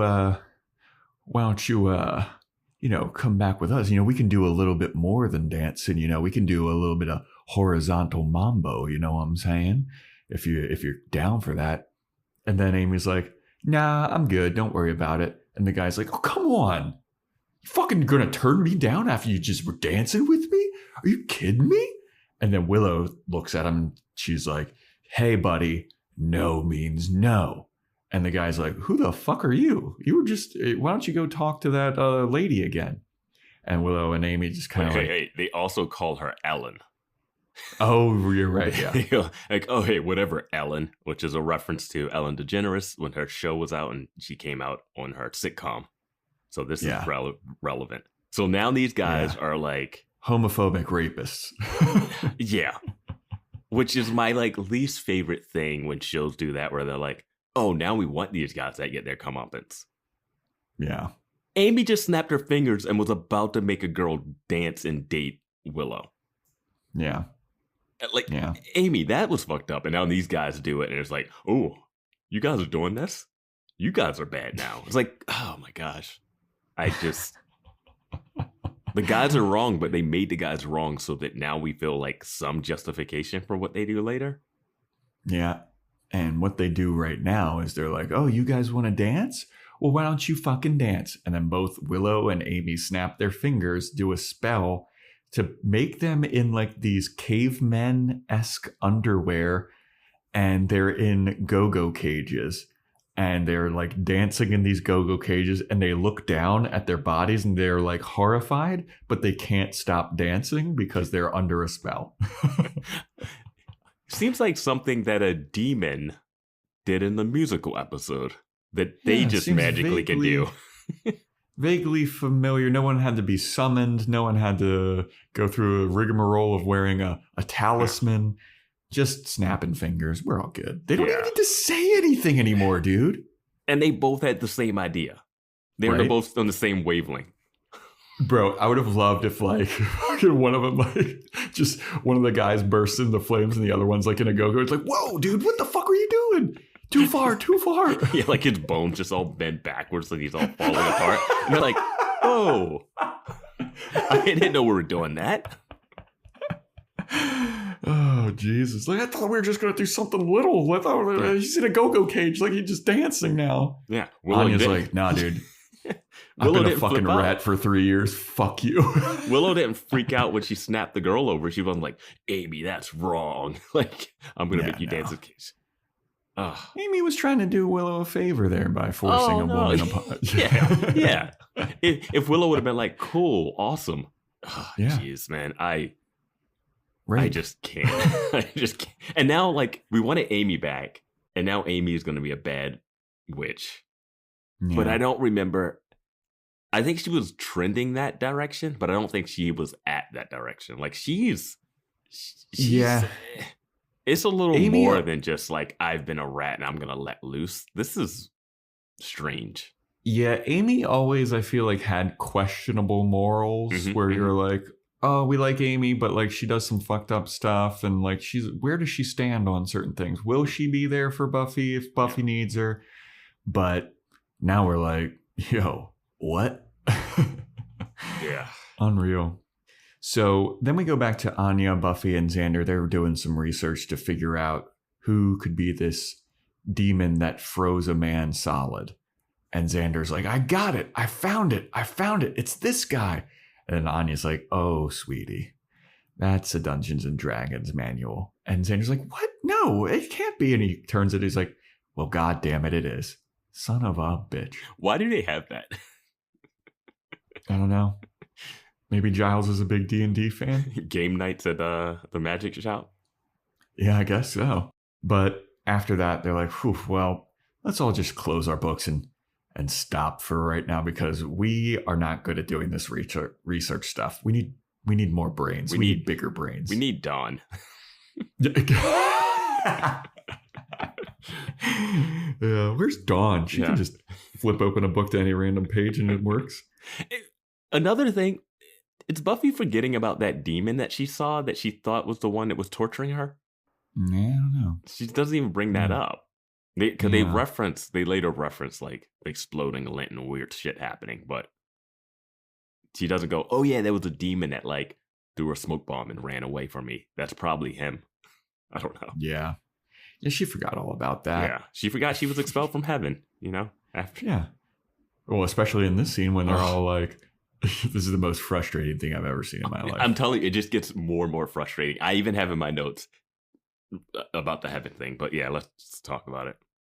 So after they all decide they're done researching, Xander and Anya are like, hey, I'm starting to think that maybe we should have a little chat with Willow. Because I think we're all getting a little worried. I think she's using too much magic. And Anya's like, yeah, I think that she's using too much magic. And Xander's like, yeah, I think she's using too much magic. And Buffy's like, I don't know. I think she's doing an appropriate amount of magic. And I immediately wrote, did Buffy forget Willow brought her out of heaven? What are you talking about? Did you forget last episode? What? Yeah, I mean, even if you take out the took her away from heaven. Yeah. She wiped Tara's mind. And then in order to correct that, she tried to wipe, she accidentally wiped everybody's mind. And you're lucky because she tried to just wipe your mind, Buffy. You know that memory of heaven that you are dealing with? She tried to erase that from your mind. Yep. I feel like I'm taking crazy pills, Zoolander style. Like, what is going on? Why is Buffy not pissed off at Willow? I just don't get it. Buffy absolutely should be pissed off at Willow. And like her sticking up for Willow in this scene is so insane to me. I couldn't believe it. Like, even Giles was upset with Willow before he even knew about the heaven thing, just for bringing her back. Yeah. He fucking scolded her. Yeah. And then Willow threatened Giles. Do you think Giles told anybody about that? No. Giles pieced out. Like, that's the problem with Giles leaving. Giles left at it's like the worst moment, like the worst time. Like, if he would have left the beginning of last season, I would have been like, all right, she still needs to learn some more stuff, but I get it. This is like, she is in full trauma mode. Yeah. So much trauma that she's forgetting that she has trauma.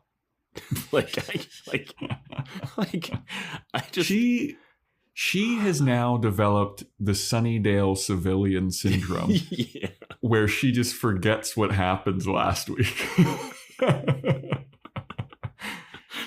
It's crazy. She had her mind wiped and she's like, oh, Giles is leaving me. Figure out what happened with the memory wipe. Realize it was Willow because Tara knows it was Willow. Yep. And now, Did she not ask any question? Like, hey, where did Tara go? She knows that Tara left. She knows that Tara's left. And then she also, when she sees Amy come out of the bedroom, she goes, oh, hey, Tara. Oh, it's Amy. You know Tara's not there. Yeah. Yeah, dude. And she's not going through the motions anymore. Like, she sung her song. Yeah. I mean, she still is probably going through the motions. Going through the motions, but like, lash out. Lash out at Willow, please. Somebody needs to. For as bad as Xander was for summoning, sweet. He is making great points here. He and Anya are like, yo, I know that Willow's like your best friend and everything, and you're not that concerned, but I really think that we need to keep an eye on her. She's using way too much magic, so much so that her witch girlfriend was like, I'm peacing out. Yeah.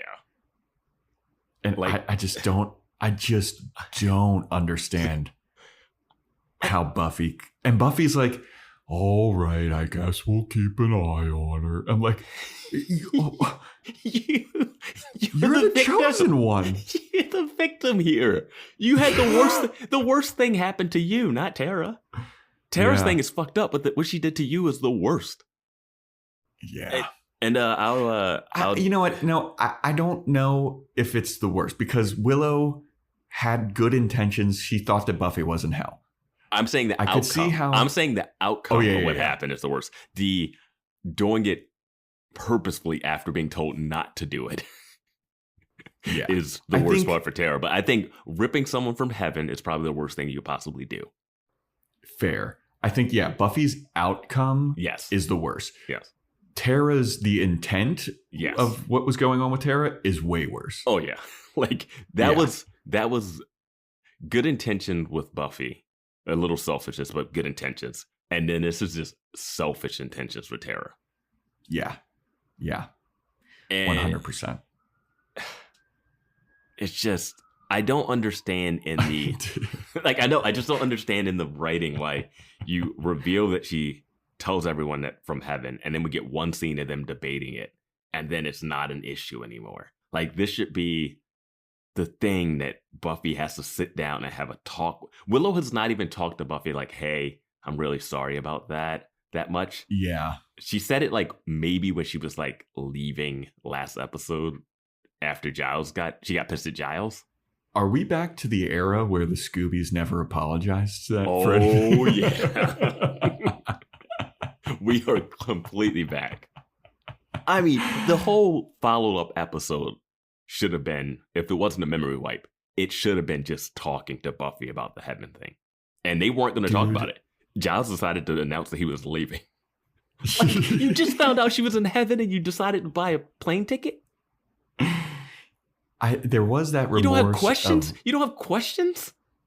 There was the remorse of Willow when she found out when Buffy was singing, like, I was expelled from heaven, and Willow's just crying. Yeah. That's the appropriate reaction. 100%. All of them should be gathered around Buffy crying, apologizing profusely.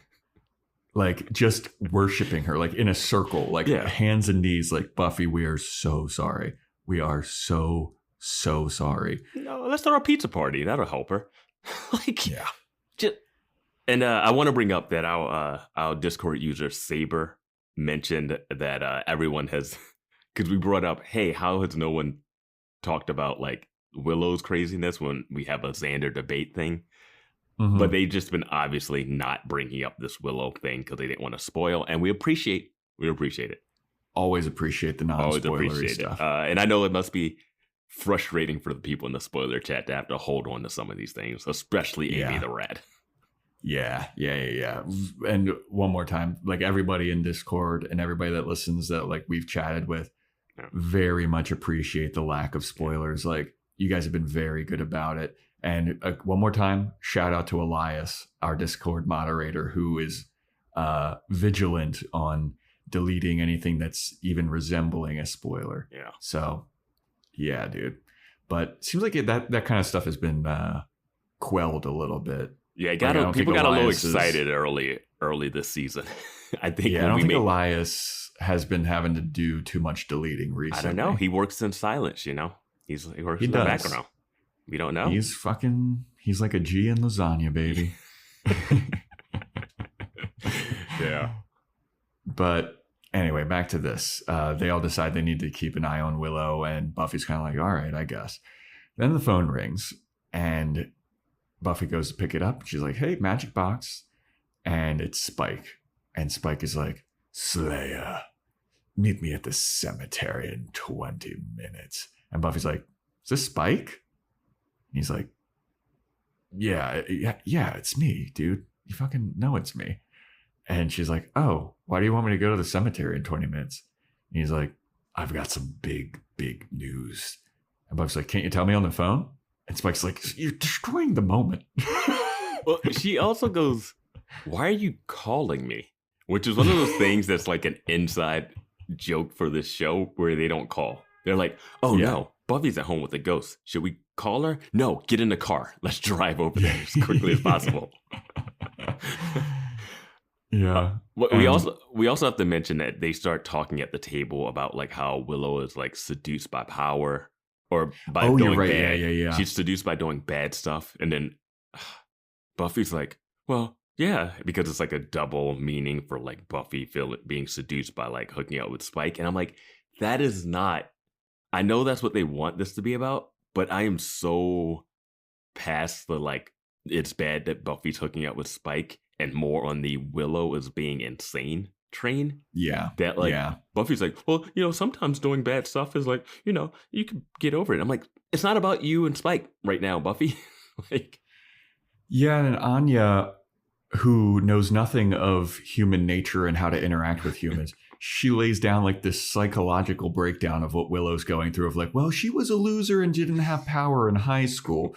And, you know, when people get a taste of power, you know, it goes right to their head and they start abusing it. And so, you know, Willow's getting that first taste of power and it's a little something that she doesn't understand. And so right now she's seduced by the power and it's going to make her evil. I'm like, wow, some brilliant insight from the woman who doesn't know how to talk to people and doesn't know anything about like, how does money work? How does this work? And it's just like, It's the quiet ones you have to watch out for, Yeah, that's true. Yeah, but they definitely use the keyword seduced, and she's like, "Oh, I'm being."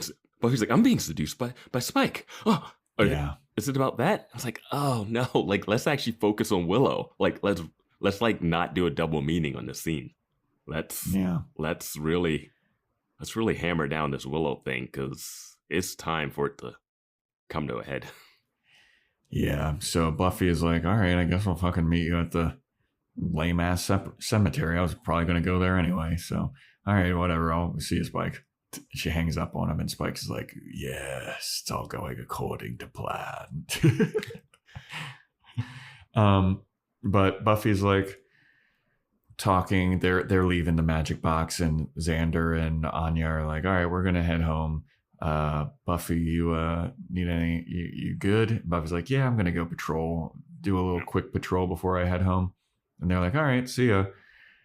Because Buffy actually decided not to go to the cemetery. Yeah.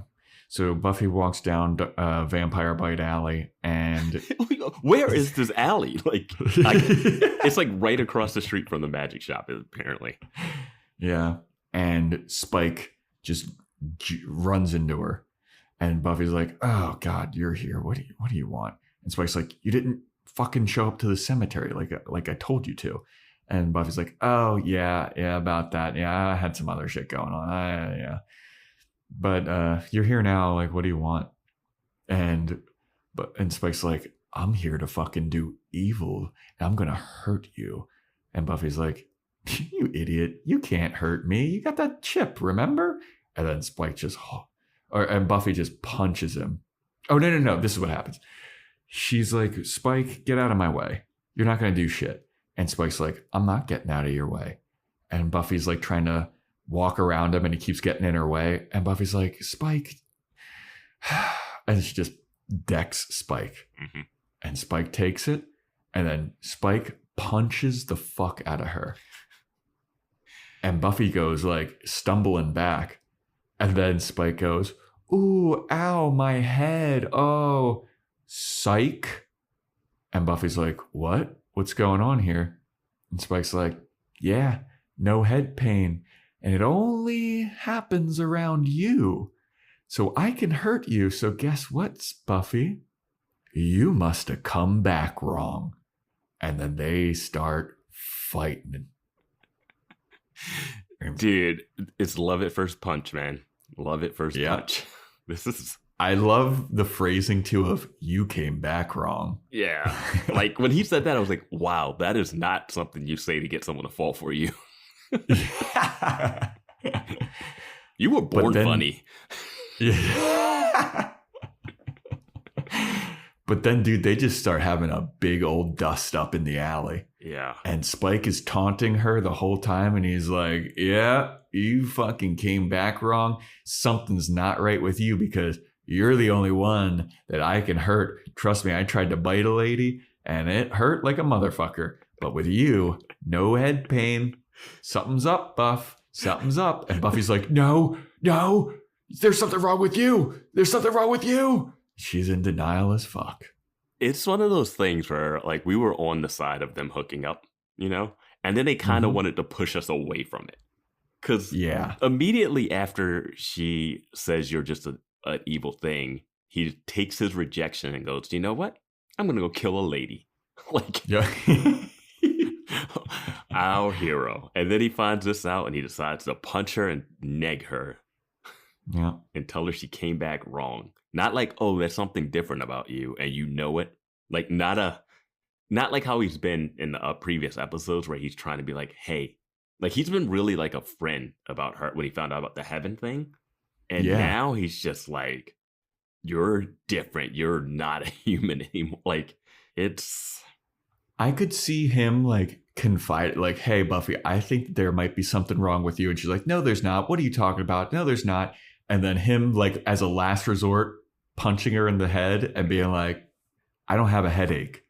The chip usually, like, but he goes all in on just, I'm going to wreck you. Yeah. There's a famous fight in the movie They Live where Roddy Piper and, the the president in Rick and Morty, that guy, they fight because he wants him to put on the sunglasses so that he can see the aliens are around. And there's like a 8 to 15 minute like fight scene in the alley just to get this guy to wear glasses so that he can see the aliens exist, right? And the guy just won't put on the glasses. So it's like an interesting fight setup. Now, this would be interesting if Spike was like, hey, Buffy, you're different. I'm telling you, I can punch you. And like she's not wanting to believe him and he's punching her to like get her to calm down. But instead, it's like he's negging her and hitting her. Like, yeah, I thought that it would be similar to that scene with Tara, where it's like, punch up. See, I do have a headache. She is right. This time he could have been like, hey, Buffy, there's something wrong with you. Punch. See, I'm not having a headache. Punch another person in the face and be like, see, pain. And she's like, you're faking it. I don't believe you. I don't believe you. Maybe you should call Giles and have a little research about this. Call up somebody in the initiative to ask about this. Call up Dawn. See if she can open a book. Is there anything written about the chips in the? Oh, they actually diagrammed it perfectly. But yeah, instead of all that, they just have Donnybrook in the alley. And so then we go back to the Bronze. And we see the guys, they're still dancing in their go-go cages. And Willow and Amy just start doing spells willy-nilly. And they completely change the band. Willow's like, I don't really like this band. It's not really my style. Snaps her fingers. The band turns to an all-female band. And they're like rocking out with their all-female music. And then Amy starts doing spells. Like they start levitating one guy. They do another spell. And they make one short guy mega tall and one tall guy super short. And then they do another spell and a bunch of sheep show up and people are flying. And I was like, this is getting out of hand. They need to kill the both of them. They're too like.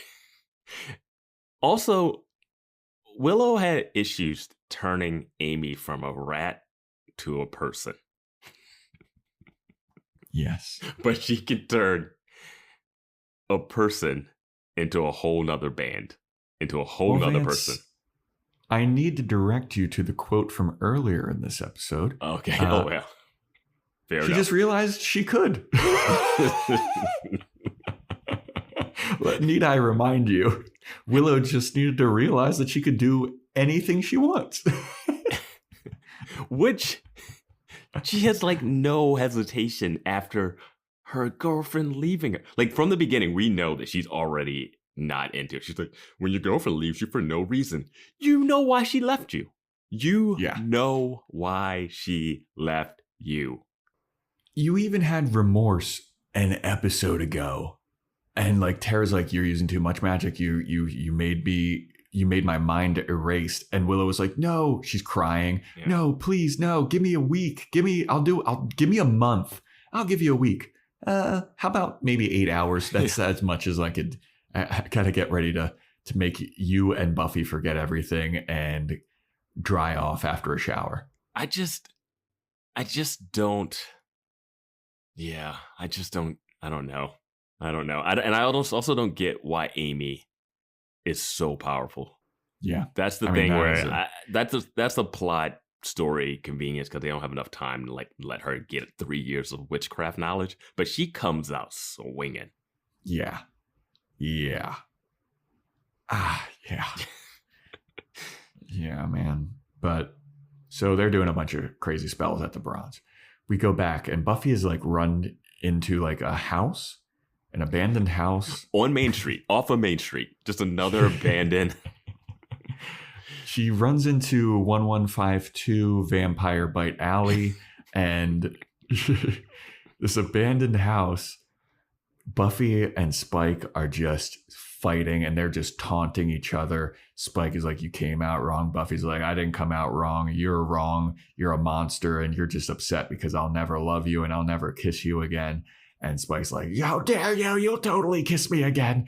And they're just like they're going all out in this fight. You know what it kind of reminds me of? It's the Batman and Superman fight in that building. Yes. Because they're like knocking pillars over, like their bodies are going through things.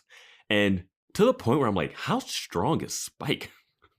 Yeah, dude. Like, I also gotta say, I do love like the haphazardness of this fight, because Spike is like, they're stumbling around. Like, it's not like clean fight choreography. They're getting fucked up. Yeah. But then we go back to the bronze, and Willow and Amy are there, and Willow's like, I'm getting kind of bored with this.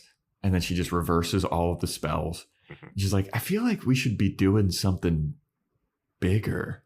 And Amy's like, oh?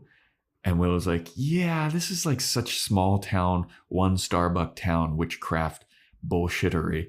How about maybe we should do something a little bit bigger? And Amy's like, the night is pretty young, Willow. And then they start to look at each other like, what's bigger than the bronze in Sunnydale? Yeah. My thoughts exactly. I was like, where are they going to go? Let's go to museum. Yeah, let's go to the museum. But who knows where they're going? This is where their kind of story ends. But we go back to Spike and Buffy fighting, and Buffy's like, I'll never, ever love you, Spike. I'll never love you. And Spike's like, come on, love. Come on. Yeah, you're all fucked up. You came back wrong. And they're fighting full out again. And then just out of nowhere, Buffy throws Spike up against a load-bearing pillar. Load-bearing. And she starts violently making out with Spike. And then they throw each other some more onto another load-bearing foundational pillar. Everything's cracking too. The walls are cracking. Cracking all over the place, and they're making out. And then you hear a little jangle of a belt. You hear a little unzipping. And then Buffy just starts riding Spike standing up. And Spike is like, oh. All right, I guess this is all I had to do in order to fuck you. Okay, good. Well, yeah. He's like, that boner came quick. Let me rush all of the blood I don't have into my penis. And they start hate fucking each other around this house. And the house starts falling apart. Buffy shoves Spike onto the ground, and they fall through the ground into a basement. And then Buffy starts riding him. And my God, they start banging. And I was like, oh, smashed. All right, here we go. Yeah. And that is where the episode ends. I guess smashed is the house and them, if that was the two things. Yeah. The music, the sound dropping out, and the music that plays during the sex scene was hilarious because it was so serious and dramatic. It was like, I don't know what I was supposed to feel when that music kicked in. I was not sure what they were trying to elicit. Yeah, I was surprised that this is how we got here. I mean, that was my thing of like, this is how we got here. It seems like how it happens, because I don't want to spoil anything for Angel, but there's stuff in Angel that like starts this way too. Like just these, and I don't get why. I guess you're right. I just don't. It sends a weird. It's a tricky message when you have this, and the show's whatever, But if you're like a teenage girl watching the show, and like, I really want Johnny to see this episode and get her opinion.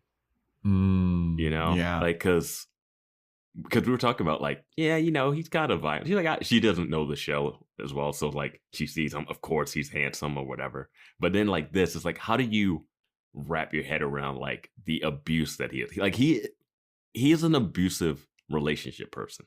Like 100%. Like he will, like he could hit her because she's the slayer, but like he would hit a regular woman. Yeah, I mean, like, he's been abusive with Harmony. I guess it's okay because Harmony's a vampire, but Harmony acts like a high school girl. Like she doesn't act like a evil vampire.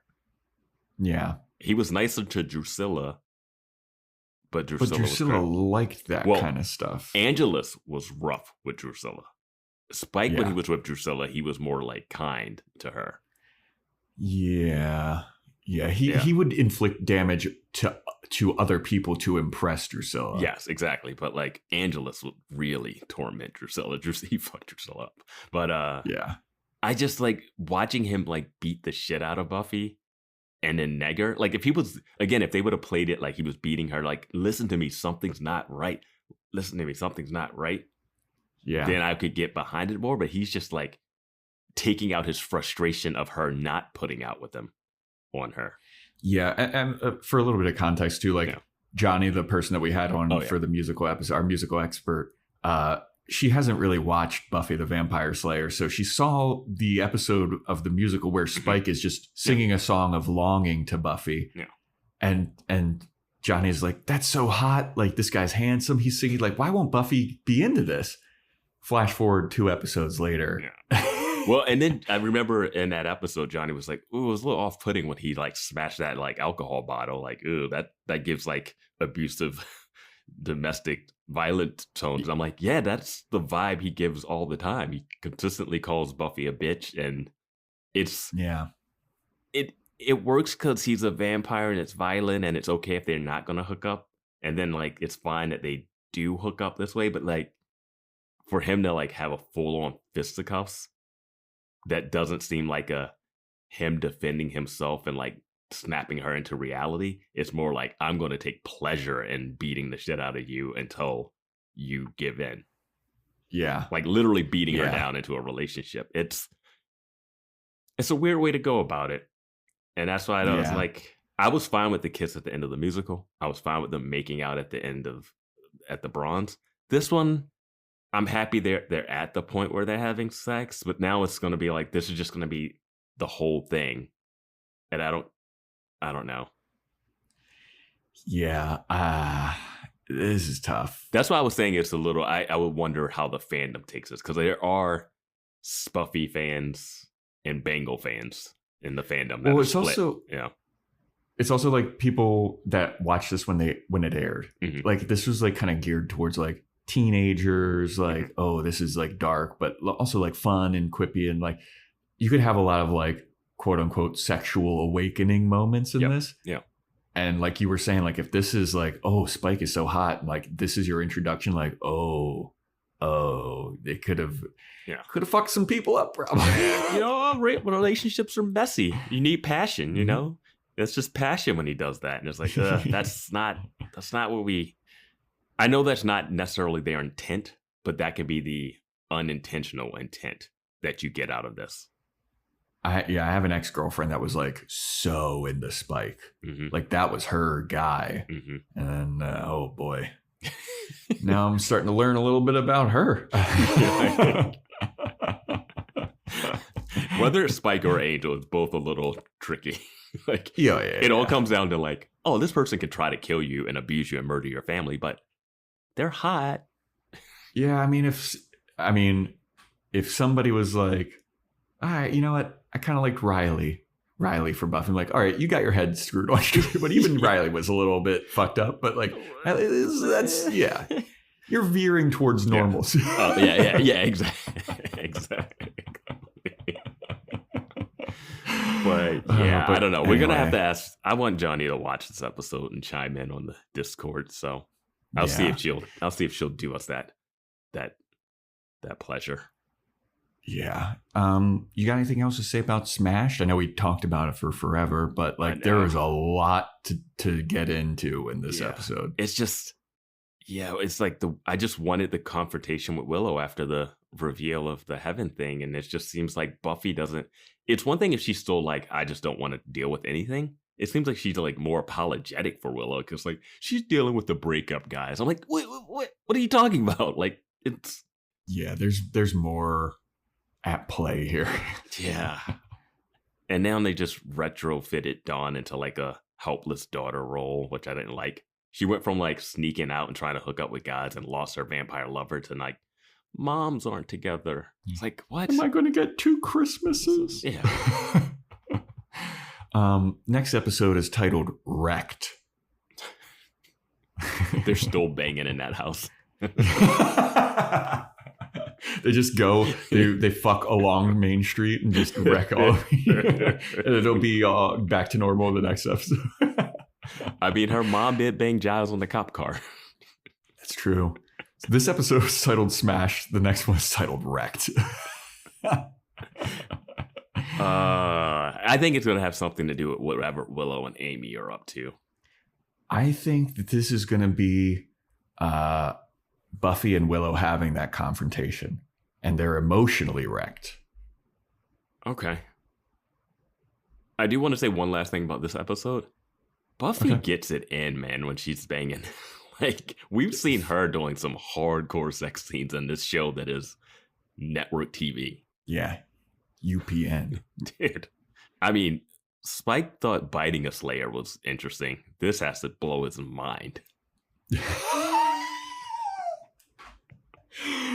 Oh my God, dude. I love this podcast. I love doing this. This is the perfect show to do a podcast about. Yeah, this is excellent. Love the show. Like the show. Yeah. But great podcast. This is so excellent. But yeah, that is our episode on Smashed, everybody. Thanks for listening. Thanks for subscribing. If you want to get a shout out, 5-star Apple Podcast rating and review, Spotify 5-star rating, send it to us at Boys Watching Buffy, boyswatchingbuffy at Gmail, or my DMs at Joe Welke. Sign up for our Discord. Check out our Patreon, patreon.com/Boys Watching Buffy, where we're doing Boys Watching Angel. Lot to say about Angel. Definitely. Boys Watching Movies, Joe's Fashion Report /corner. Join our Discord. Lots of chatter in the Discord. What do you think Angel would say about Spike hooking up with his love? Oh my God. My God. His heart is going to shatter. His little gypsy soul is going to shatter into a million pieces. Talk about Eskimo brothers, Drusilla, and now this. I guess he never hooked up with Drusilla. Yeah, I was like, did he hook up? I don't think they did. I mean, you don't think she ever got involved with a little threesome action? I feel like they had to. Yeah. And she knew that she was never going to be number one because Darla was number one. Yeah. She was tired of being the side chick. So yeah, check out Boys Watching Angel on our Patreon. Wishlist stuff. We got anything else to mention? I don't think so. Follow Instagram at Boys Watching Buffy. Yeah. And stay tuned next time for when we talk about Wrecked.